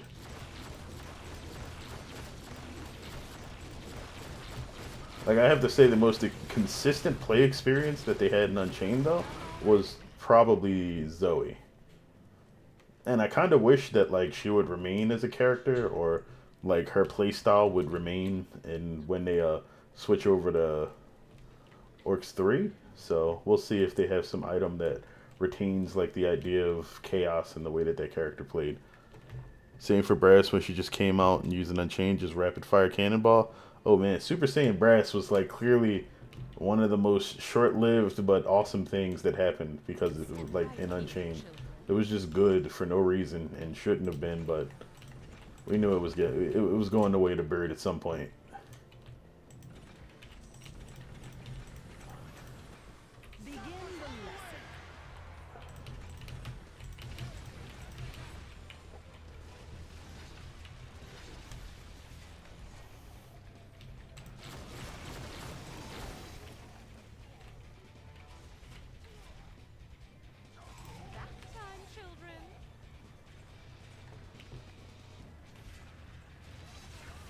So I zap everything that walked past me. Yeah.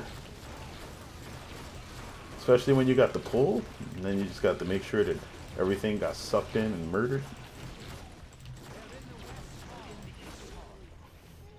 They're in all the halls. No hall is safe.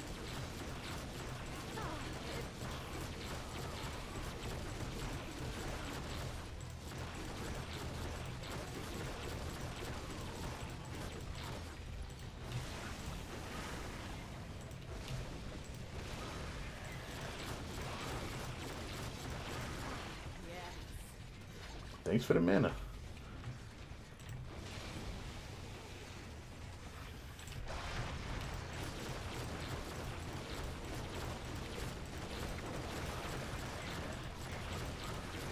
Okay, that's a lot of them.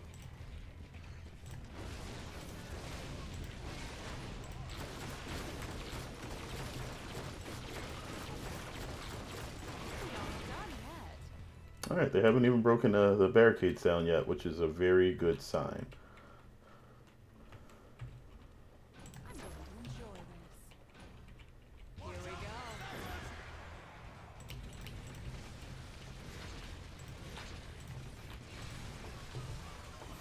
Do miss playing with Bloodspike despite everyone kept bashing him. Bloodspike was arguably one of my favorite characters to actually play in that game, just because of how unique his movement ability was. Like, I think one of the things that people like overshadowed a lot in that game was just whether or not a character was particularly like meta as far as their DPS abilities go. But like Bloodspike was just fun and fluid. Like, if anything, I wanted more characters that were designed similar to him, where they all felt different but exciting to play. Because there was never a moment where I played Bloodspike and it was just like, this is kind of boring. Or I'm tired of sailing through the air and biting people to death. Like, it's exactly what I expect to do with a werewolf. Or a were-gnoll or whatever. He was supposed to just be a gnoll, but this is a werewolf. It's a werewolf. That's what it felt like. Even when he was weak, I find him good so long as you can follow his rhythm. Yeah, like, wait, what? Oh, did I? I was short 59 seconds. See, I want a 5. I want to get the 5th skull, but, like, I don't want to just, like, mash everything and kind of ignore Chad for a bit. It's okay. It's okay. I'm sure I can go back and get that, but I don't want to keep replaying this stage repeatedly right now.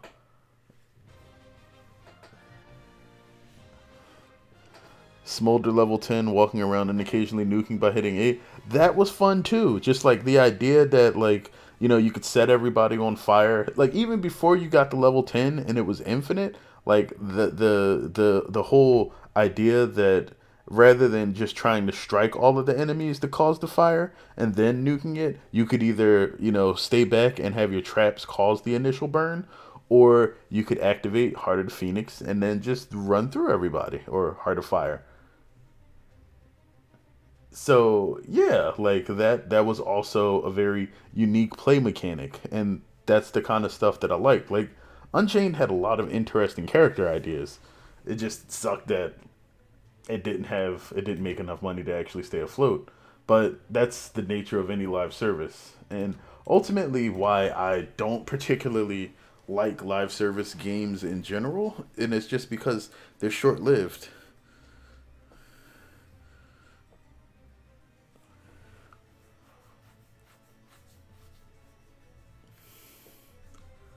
Man, all of this talk of Unchained now, I want to play it. Ozio pre nerf was perfect. Ozio was good before he got nerfed, but I felt like they should have made the haunts, like the ghosts spirit thing that he did. It should have just affected everything, like heroes and enemies alike. Ozio was just good in general. Like his entire design just worked for both sections of the game, even before they changed the ghosts. I really like Temper and his bull rush thing. Yeah, Temper was probably the first melee character besides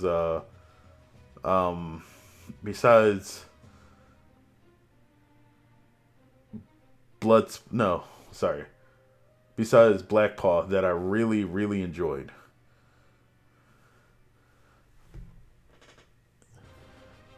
It just sucks because it was free to play. Infinite stacking removal was awesome, but they killed it.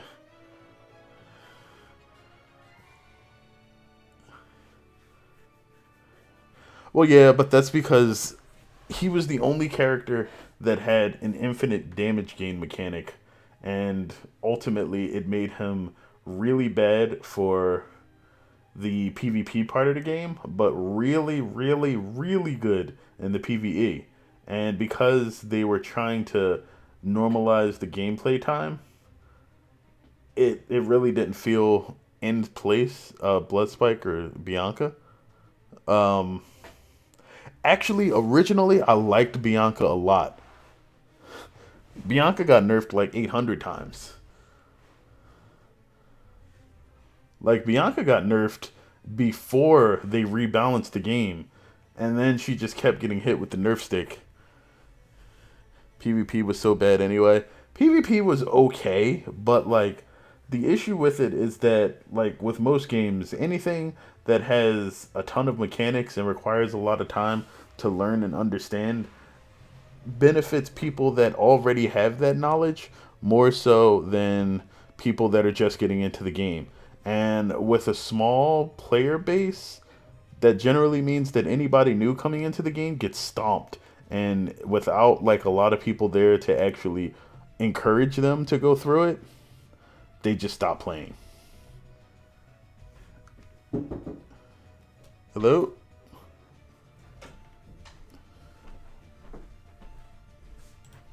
Good night.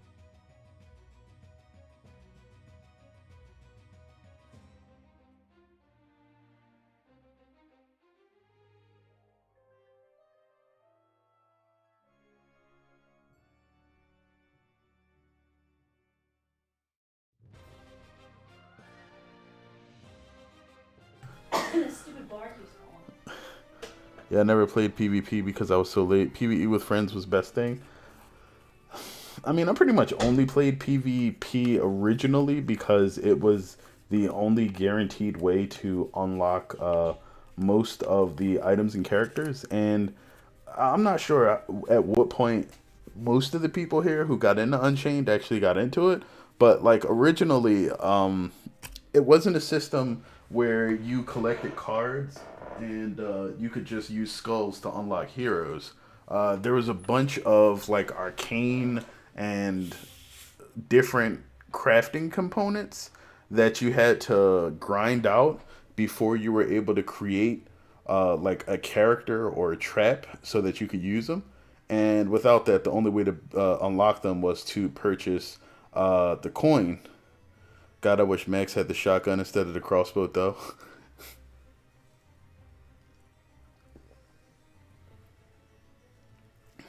it would have been cool if there were different primary weapons for the characters. Like you could swap between like a set of like two or three different weapons, so that even if you had a similar character and like their Q and E's were the same, their primary and secondary fires could be swapped.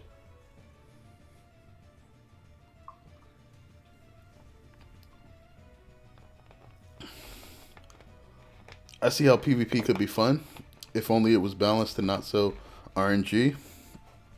Balanced in a way that you could not fight three pre-made clan veterans, as you mentioned, low player base, and random cards dropping. The card dropping really wasn't the issue in PvP, because once they introduced the shop where you could spend skulls to purchase stuff, everything was originally level 1 in PvP and locked at level 1. So unlocking any upgrades or anything didn't matter at all. Which also was another thing. Like, that didn't mesh well with the actual scheme for the PvE side of things, because there really was no reason to level traps if you were only playing PvP. And if you weren't playing PvP, then yeah, it was weird. The mod on 2 where you could shoot the acid bottles out of the shotgun was cool. Nice. He didn't know that I left at that moment. Yeah, like there was just so many weird things at the point where I got in the game. Like, it looked like, well, actually I later found out that the game was being developed by essentially two different teams when it got split between PvP and PvE. And one of the main issues that it had is that Sabotage was interesting but too easily cheesed. Sabotage was cheesed the same way that everything else in that game was, which is kind of the problem. So if you knew how the game worked or what was coming, like that, like Sabotage actually had more ways to be cheesed than the regular game. Like, it was silly that you could do things like just not summon creatures that the game expected you to, so that the other team would have like a good income curve, and that actually made things harder for them later. It was just so many balance issues happened in that game.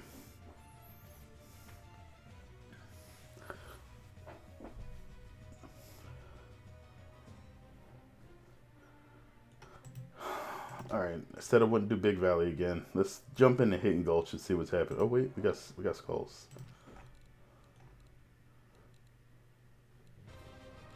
So I'm using the crap out of the stone staff. Enemies stay stone longer. Primary attacks deal more damage to stone targets. Secondary attack has a larger area of effect. All of that seems good. It is the weapon I'm primarily using too, but this basically all only affects the secondary.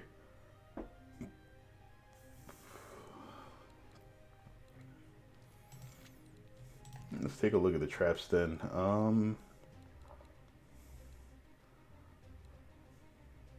Yes, I know I have the Haymaker game. No idea why it's flashing. Faster reset is definitely good. Damaged enemies bleed, taking additional damage. Damaged enemies are briefly slowed. There's a lot of just random slows. I'll take the bleed though. And reset faster. And then there's one more upgrade.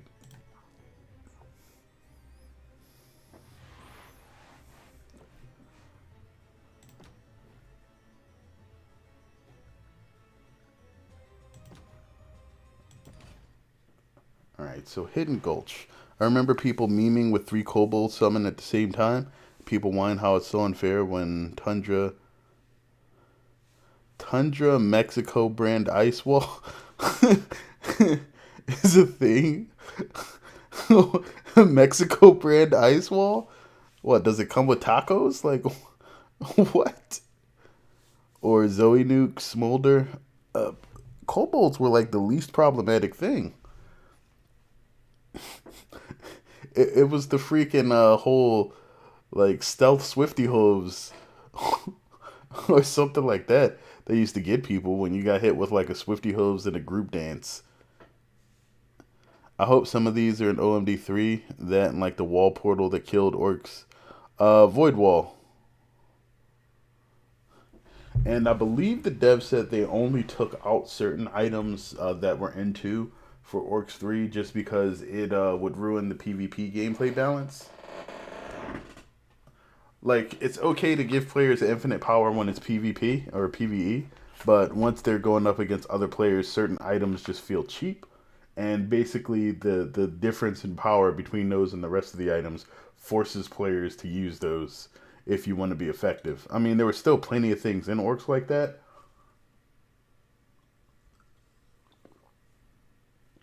Like what Luan was talking about, just Tundra, or who else was particularly strong in PvP? Tundra, Cygnus, there's a couple other characters.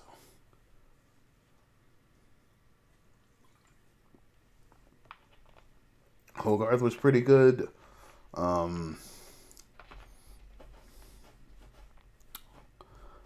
Jeez, who else? I'm missing somebody that's really easy. Ivy was super strong. 7 out of 10 lobby I was in. Lost wave 1 or win wave 1, the triple cobalt cheese. Ouch. So OMD3 will be PvP and PvE. I have no clue.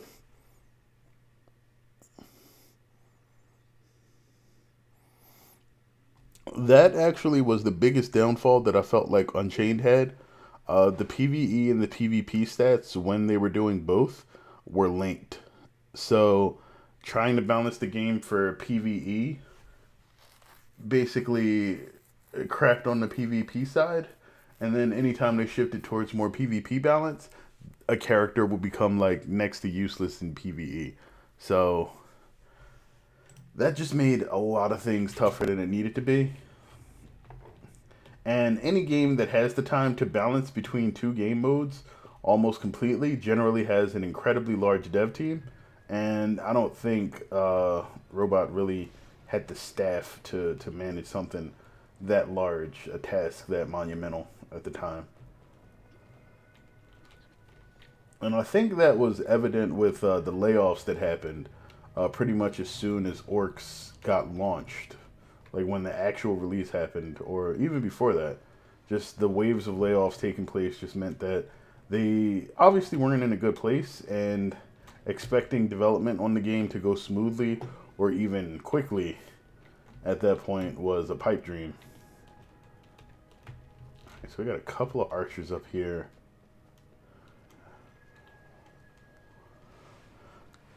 Tundra, Cygnus, Dobbin, Blackpaw, Hogarth, what's his face, the Cyclops, Stink Eye, Ivy, Smolder, Zoe was all good for PvP.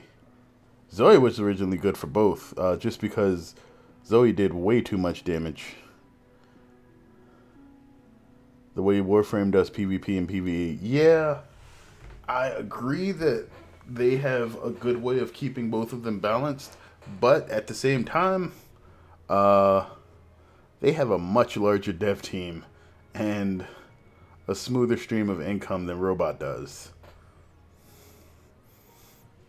Did you ever play the game Gigantic? I got a couple games in before the server shut down, but I didn't play it long term. And I was kind of... Is this the new one? No, this is Orcs 2. The new one won't launch until Stadia does, and that doesn't happen until the 19th, which is a week from Tuesday.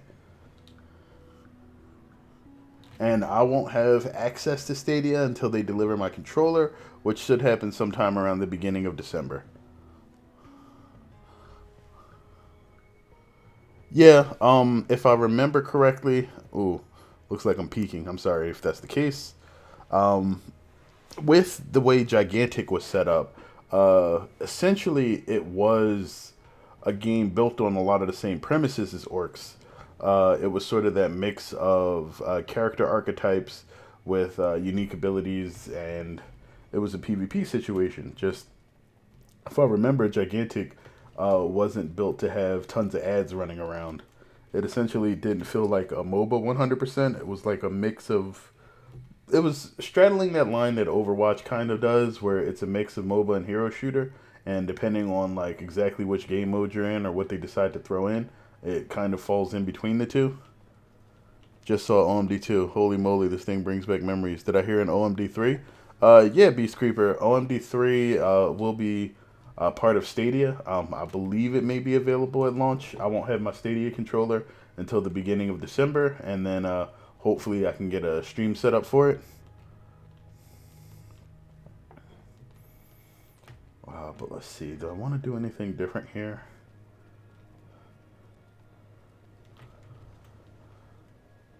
So this is just one portal, and everybody's running this way.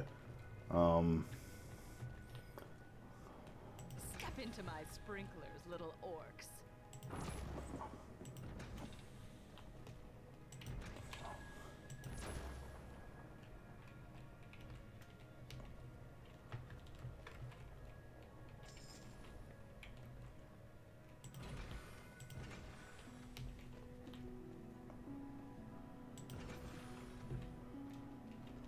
Alright, I think that's pretty good for now. Oh, it's console specific. 24-hour OMD3 stream. If it wasn't for my hospitalization earlier this year, I probably would attempt a really long, lengthy stream. But I have to respect the fact that I'm not in the best health yet and not do something that could further endanger it. But best believe, once I get my hands on Orcs Must Die 3, like, I'll probably just set up a stream to even get started on it as soon as I can. Google trying to get in the console hardware market. Kind of. Google's doing the thing that its stock kind of took a big-ass nosedive. Well, alright, so everybody that has tried to do what Google does generally fails at it, but this is one of those things that is probably a big gamble, but Google's in a position to take it. And people have been talking about distributed gaming centers for a really long time if you follow gaming news. Like, the idea is basically somewhere out in the middle of, technologically land. That was a horrible way to say that, but in technology land, somebody builds a giant box with tons of computing power and the ability to stream video to everyone else. And they build it with the best possible data lines running out of it so that everybody can get extremely fast access, and they run all of the games from that location. You stream the video to wherever you are, and essentially your controller or whatever else you're using gets you access to it. So as long as your internet connection can handle the data coming to you, you're fine. And that means that regardless of the type of PC you may be running, as long as you can visually handle seeing the 1080p stuff, not necessarily the computational power of it, but it visually being able to display correctly for you, you can play whatever games come out at a relatively low budget. Like, imagine the price that the majority of people pay for video games per year. Like, I know I spend over $120 a year on video games. Like, two new releases basically is that budget, and only having to pay $10 a month to gain access to new titles and be able to play them pretty much anywhere you have access to a decent TV and an internet connection would be pretty nice. Yeah, I'm aware about the NVIDIA 3000 series as well. There were talks about the 3000s being even better than the 2080s with the ray tracing, but really, at this point, I'm not even sure that I plan on upgrading my computer anytime in the immediate future, just because there's too much news coming out about next gen cards, next gen processors, because I keep track of the specs, because the one I'm using now is probably in sore need of an upgrade. I think I've had it for over 5 years, but it doesn't run everything to the best of the ability that is out there now. Do you need to own the Stadia hardware to even access OMD3? I would love to hear that it will come out for Steam. Okay, all right, just for everybody that wasn't here before, in case there's some new people that dropped into the stream.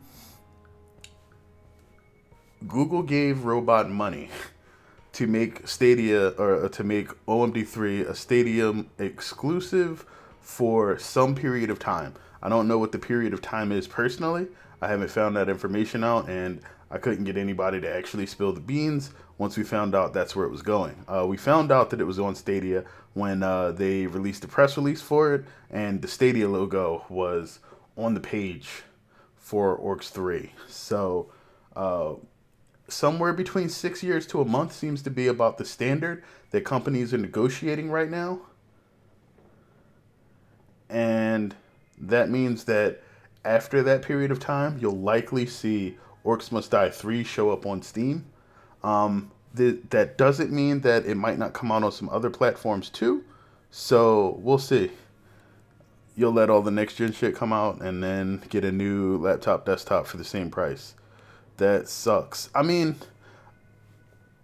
all right, just so we're aware, Robot wasn't in a good place after the shuttering of Hero Academy 2 and Orcs Must Die Unchained. And financially, they probably had some issues. If it wasn't for Google, like, literally boning up the money, Orcs Must Die 3 probably would not have actually been completed. So, while that does seem like a bad thing, like, just due to the limited availability of it, it does make sense why, why it happened. Because they needed the cash. Without it, you just wouldn't get the game. So, I'm in favor of some game rather than no game. Better than Epic. Yeah, but, like, that's one of the things that I've been thinking, like, excuse me. It would definitely behoove Robot if they were able to put the manpower into remastering Orcs 2 and getting it released for PS4. I'm not sure how much dev time had to go into the release of Unchained. Robot was basically ready to declare bankruptcy. Yeah, basically. I mean, a lot of people had been let go, and I wasn't even sure how many people were working at Robot by the time they were done. I think the last head count somebody posted was around like 25 to 50 people, maybe less. The only issue is that not everyone can afford to pay for a new piece of hardware capable of what Stadia may be capable of. So, Beast Creeper, just so you're aware, the Stadia doesn't require that you have like a Beast PC. You literally just need a screen that can play video. It works through Chromecast. It's either go exclusive or Robot go bankrupt, and then you won't see OMD3 anyways. Basically, now they're doing DLC again. Same with Overkill and Payday 2. Woo! All right, so did anybody see Overkill's The Walking Dead? Like a buddy of mine, I'm not sure how many people have actually seen some of the streams and things that I did. Starbreeze CEO was a huge mismanagement shebang.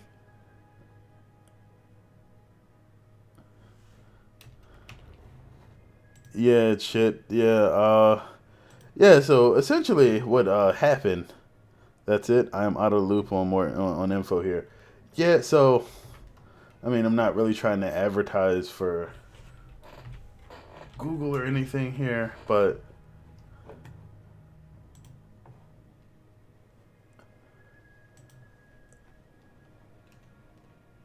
if you want to take a look at the actual Stadia website, that's it. But essentially, what it will let you do is you either run it through a PC, or you use the Chromecast that comes with the Stadia controller, and you connect it to a television, and it runs through the internet, and it will stream the game to you. So you don't really need a powerful machine or anything to actually run the games, which is the main draw of it. Like, people without access to powerful machines will be able to run it, which basically means that people that used to not be able to run games at a relatively good quality will now be able to get 1080p on just about everything they play, which is really good. And another draw is the fact that, like, with it only costing about $10 a month, it should get a lot of people access to games that they otherwise may not have tried, as long as Google can actually keep the games coming in. Hey, what's going on, Mike G? Overkill Walking Dead was development hell and a lot of mismanagement. Yeah, probably. I mean, regardless of the development hell and the mismanagement, it wasn't that fun. It was just really weird. And everybody that I know that played it basically said that the mechanics were odd. It felt like a really slow version of Left 4 Dead, and it just wasn't that enjoyable or realistic. Like, it would be like, hey, we're carrying a whole bunch of stuff, but we can't climb over this gate, so we somehow need to find a key to a forklift to get across a fence. From what I was aware of about Overkill's Walking Dead, it was made in like 8 months. Jeez, why would anybody do that to themselves? I hate when I hear stories like that, just because usually people are given a ton of time to work on this stuff. Alright, so spent all my cash already. Wait, because no one knew how to use Unreal. Why were they using Unreal then? Relentless, aren't they?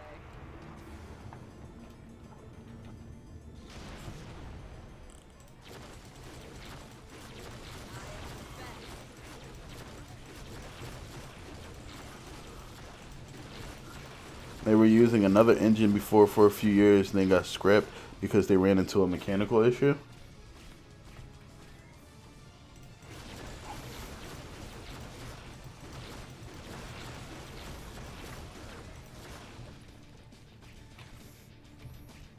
Clean and sharp.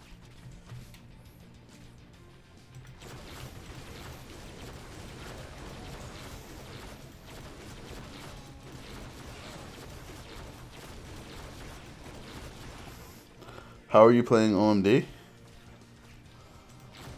What, Orcs Must Die 2?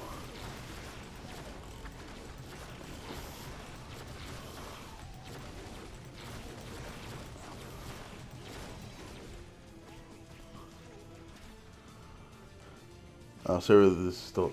So Orcs Must Die 2 doesn't require servers to play. I'm not sure if anybody knew that. But it's a local game. Like, when you download the files, you run it from your computer.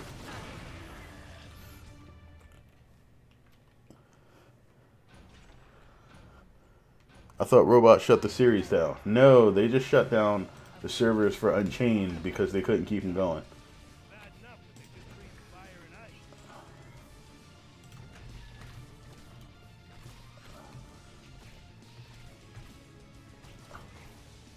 Oh, these are the flying ones. Ooh, I didn't bring roof traps. That's a problem. Client equal, you can download and play offline.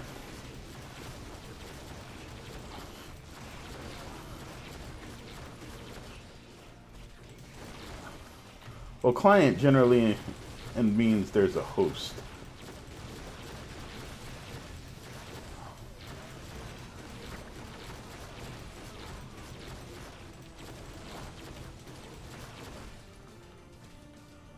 You got lightning ring though, you should be good. Yeah, probably. I don't know how high the storm reaches by itself. Can it even shock upwards?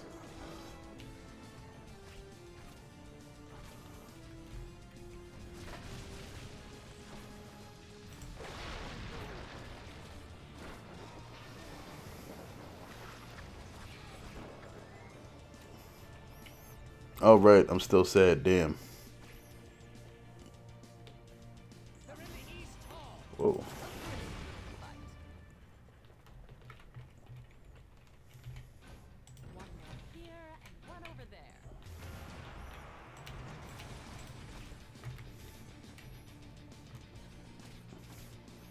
Yeah, the entire series isn't gone.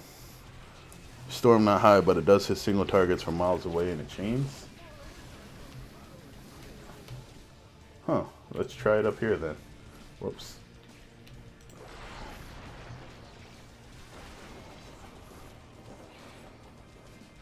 I don't know about the miles away part. Oh wait, maybe? Nah, still not hitting that much.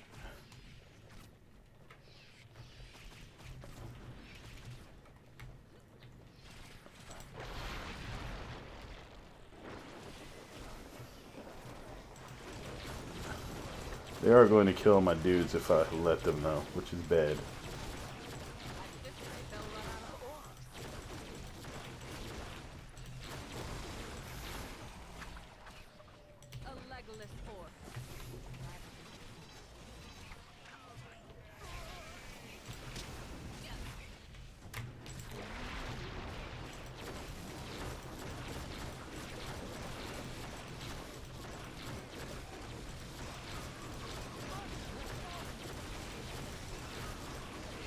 Oh, we lost the archer? No, okay.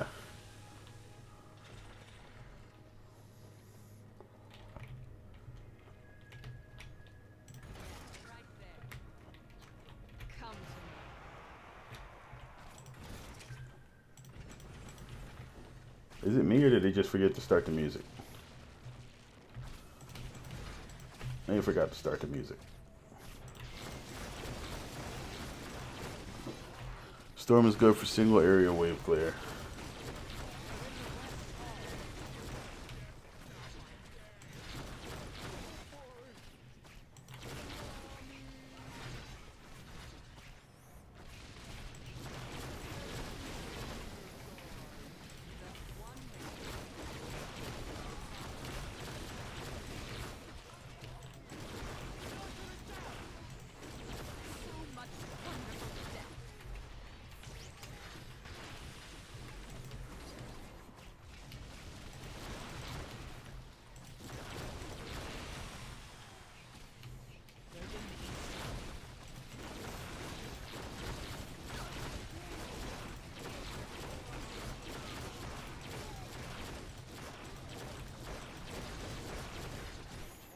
Why do you hate my dwarves?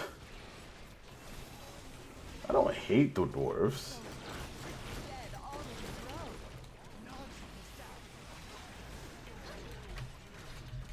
Oh, I can't res them.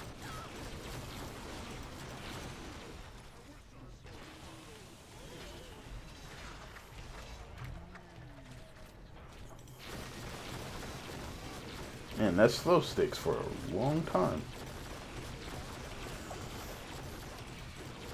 And perfectly don't need a ton of education. Book studying. Wait, what?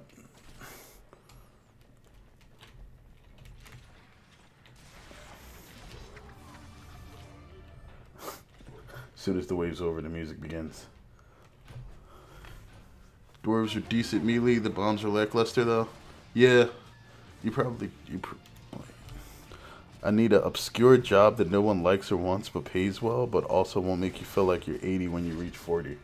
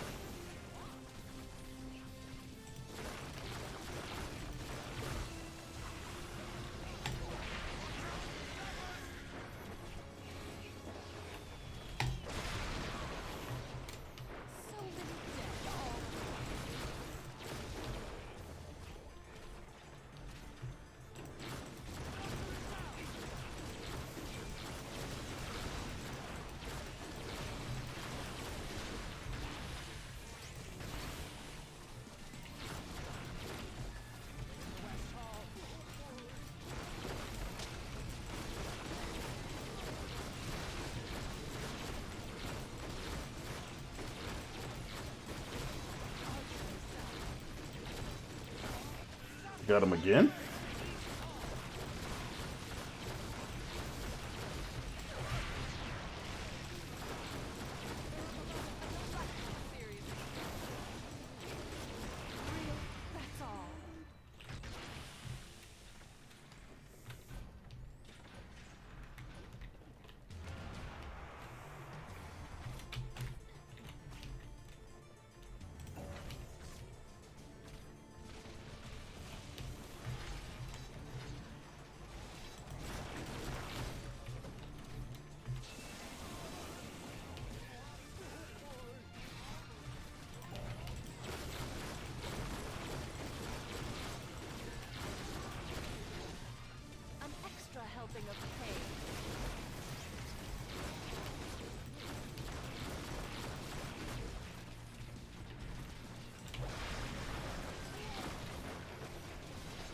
Yeah, they go crazy with flyers on this level of uncontrolled. They probably say porn star.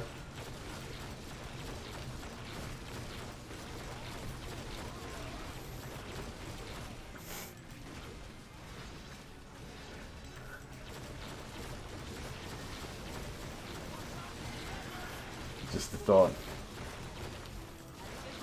And that's between y'all. Ain't got nothing to do with that one.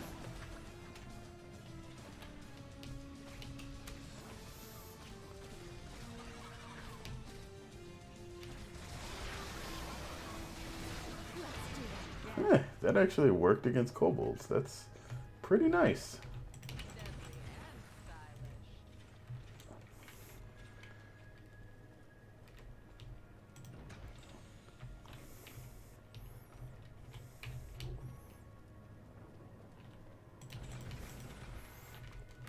Wait a minute.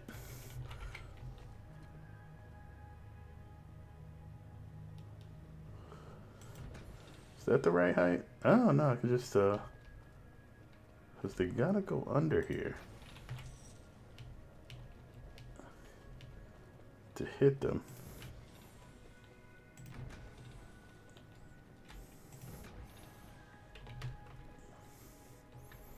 Alright, that's probably as good a solution as we're gonna get out of this.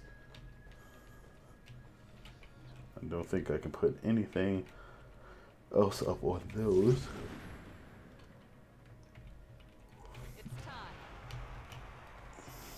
Acid Sprayer also slows. My Acid Sprayer does not slow. Because I took the extra length perk instead, because I tend to use web slingers, or spinners.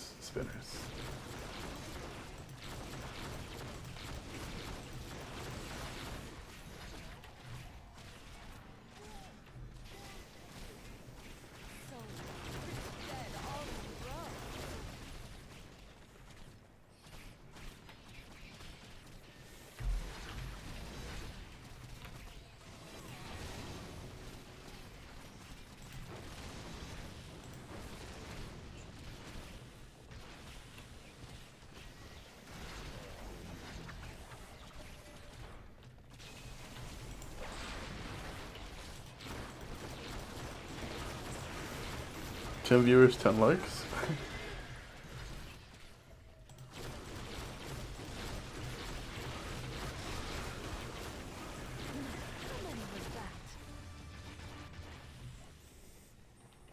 Acid Sprayer is such high DPS and total damage at OMD too. Yeah, I was hoping that poison damage would make a full return in Unchained before they scrapped it. There was only like 2 or 3 characters that actually dealt poison damage. And I think what poison did was it did a small damage over time effect to enemies, and it slowed them for its duration. Or at least most of the characters that caused it, that's what it would do. Because Midnight's poison slowed and caused damage over time. And I think one of the Guardians also caused poison. Heat damage rework on Warframe, it's not actually that great. Yeah, we talked about it. Unless you got some new information that said it's even worse than we thought it was before.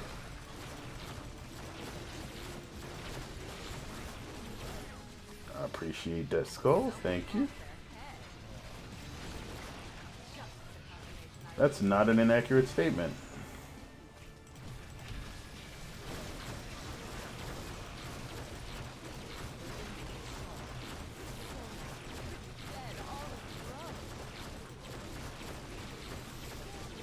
The Cook Guardian used poison, yes.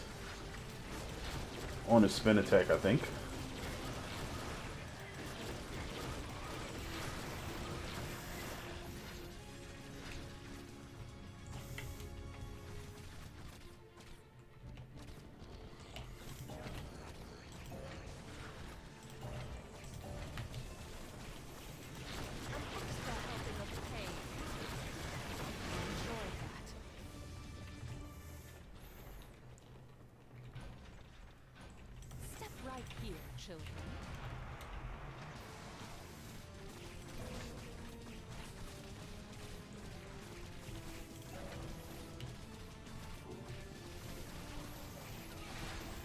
And the damage stacking doesn't seem to even work. Oh, that sucks.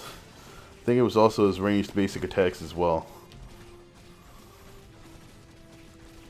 Ranged basic attacks? Maybe. I think, like, originally, a lot of stuff that the Guardians did didn't have effects. I know his spin did, and I'm not sure if his ranged attacks did. But either way, ooh, those are like the only two things that I recall that actually caused poison. And everybody was hoping that we would have gotten like the dart sprayer or something else that just allowed poison to shine. But, you know, it's all the pipe dream now since the game shut down.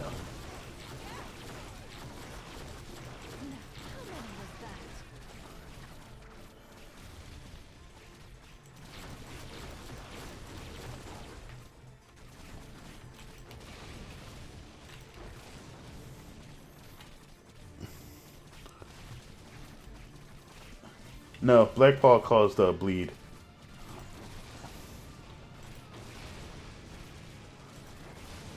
But poison also seemed as though it did some sort of physical damage over time. Or at least that's the way it seemed from Midnight.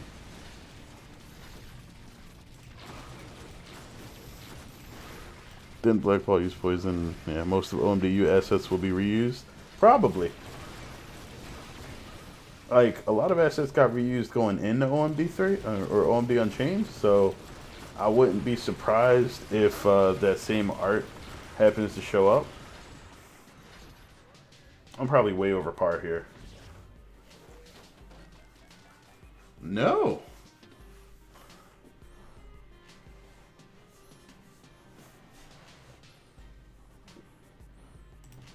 Par was 17 minutes. Sweet. 1,000 more career kills times 2.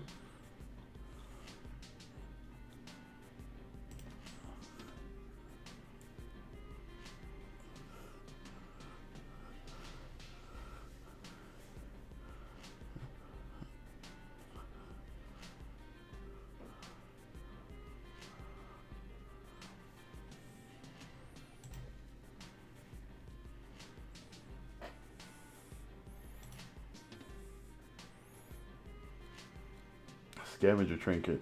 All enemies have a chance to drop coins. All enemies worth extra coin. Okay.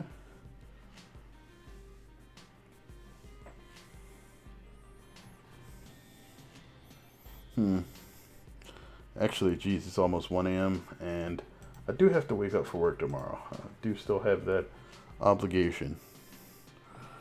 It would at least make status more viable in the game with CC nerf, I guess. Scavenger trinket is decent if you got a good kill box. Yeah, sounds like it. I seriously want a prime drifting contact now, the more I think about it. Also, apparently CO has infinite stacking still. Oh, condition overload. Yeah. If it works, it works.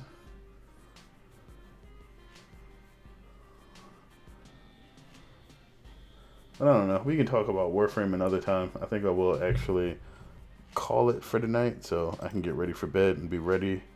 You know, try to be as bright-eyed and bushy-tailed as possible for tomorrow. But we'll get back with some more Orcs. I'm not sure if I'm going to try to do some more Orc streams late night this week. Maybe, because I just want to get, you know, through more of this game and see more of the maps. But, GG, good stream, was able to waste 2 hours. Thanks. Glad I'm able to waste your time. But, yeah, I'll probably do some more of this on the weeknights. If you guys catch the streams, cool. If not, the VODs, as always, will be on the channel. And then for next weekend, I want to try to do some Sanctum 2, since that was requested a lot before I went on hiatus. And then after Sanctum 2, what was the other game I wanted to do? Cooking stream? Now, I don't have enough cameras and stuff for that. Sanctum 2, there was one other game that I wanted to get out there relatively soon. and then some stuff that people had sent me.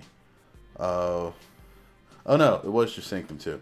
Okay, so yeah, it'll be Sanctum 2, and then I'll probably think about something else to play, and then I'll start getting back into the normal stream rotation. New games. If only it's the weekdays, then I can play. Death Trap.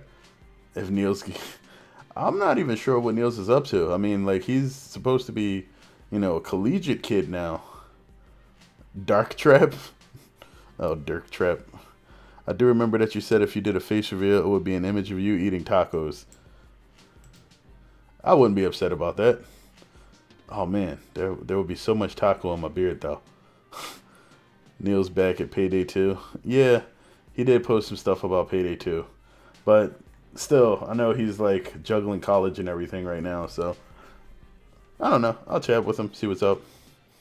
But yeah, you guys enjoy the rest of your evenings or days, depending on where you are. I know some people watch me overseas, and it's probably super early where you are.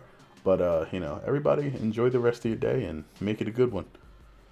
Until next time, have a good one, folks. Take care of yourselves. Peace.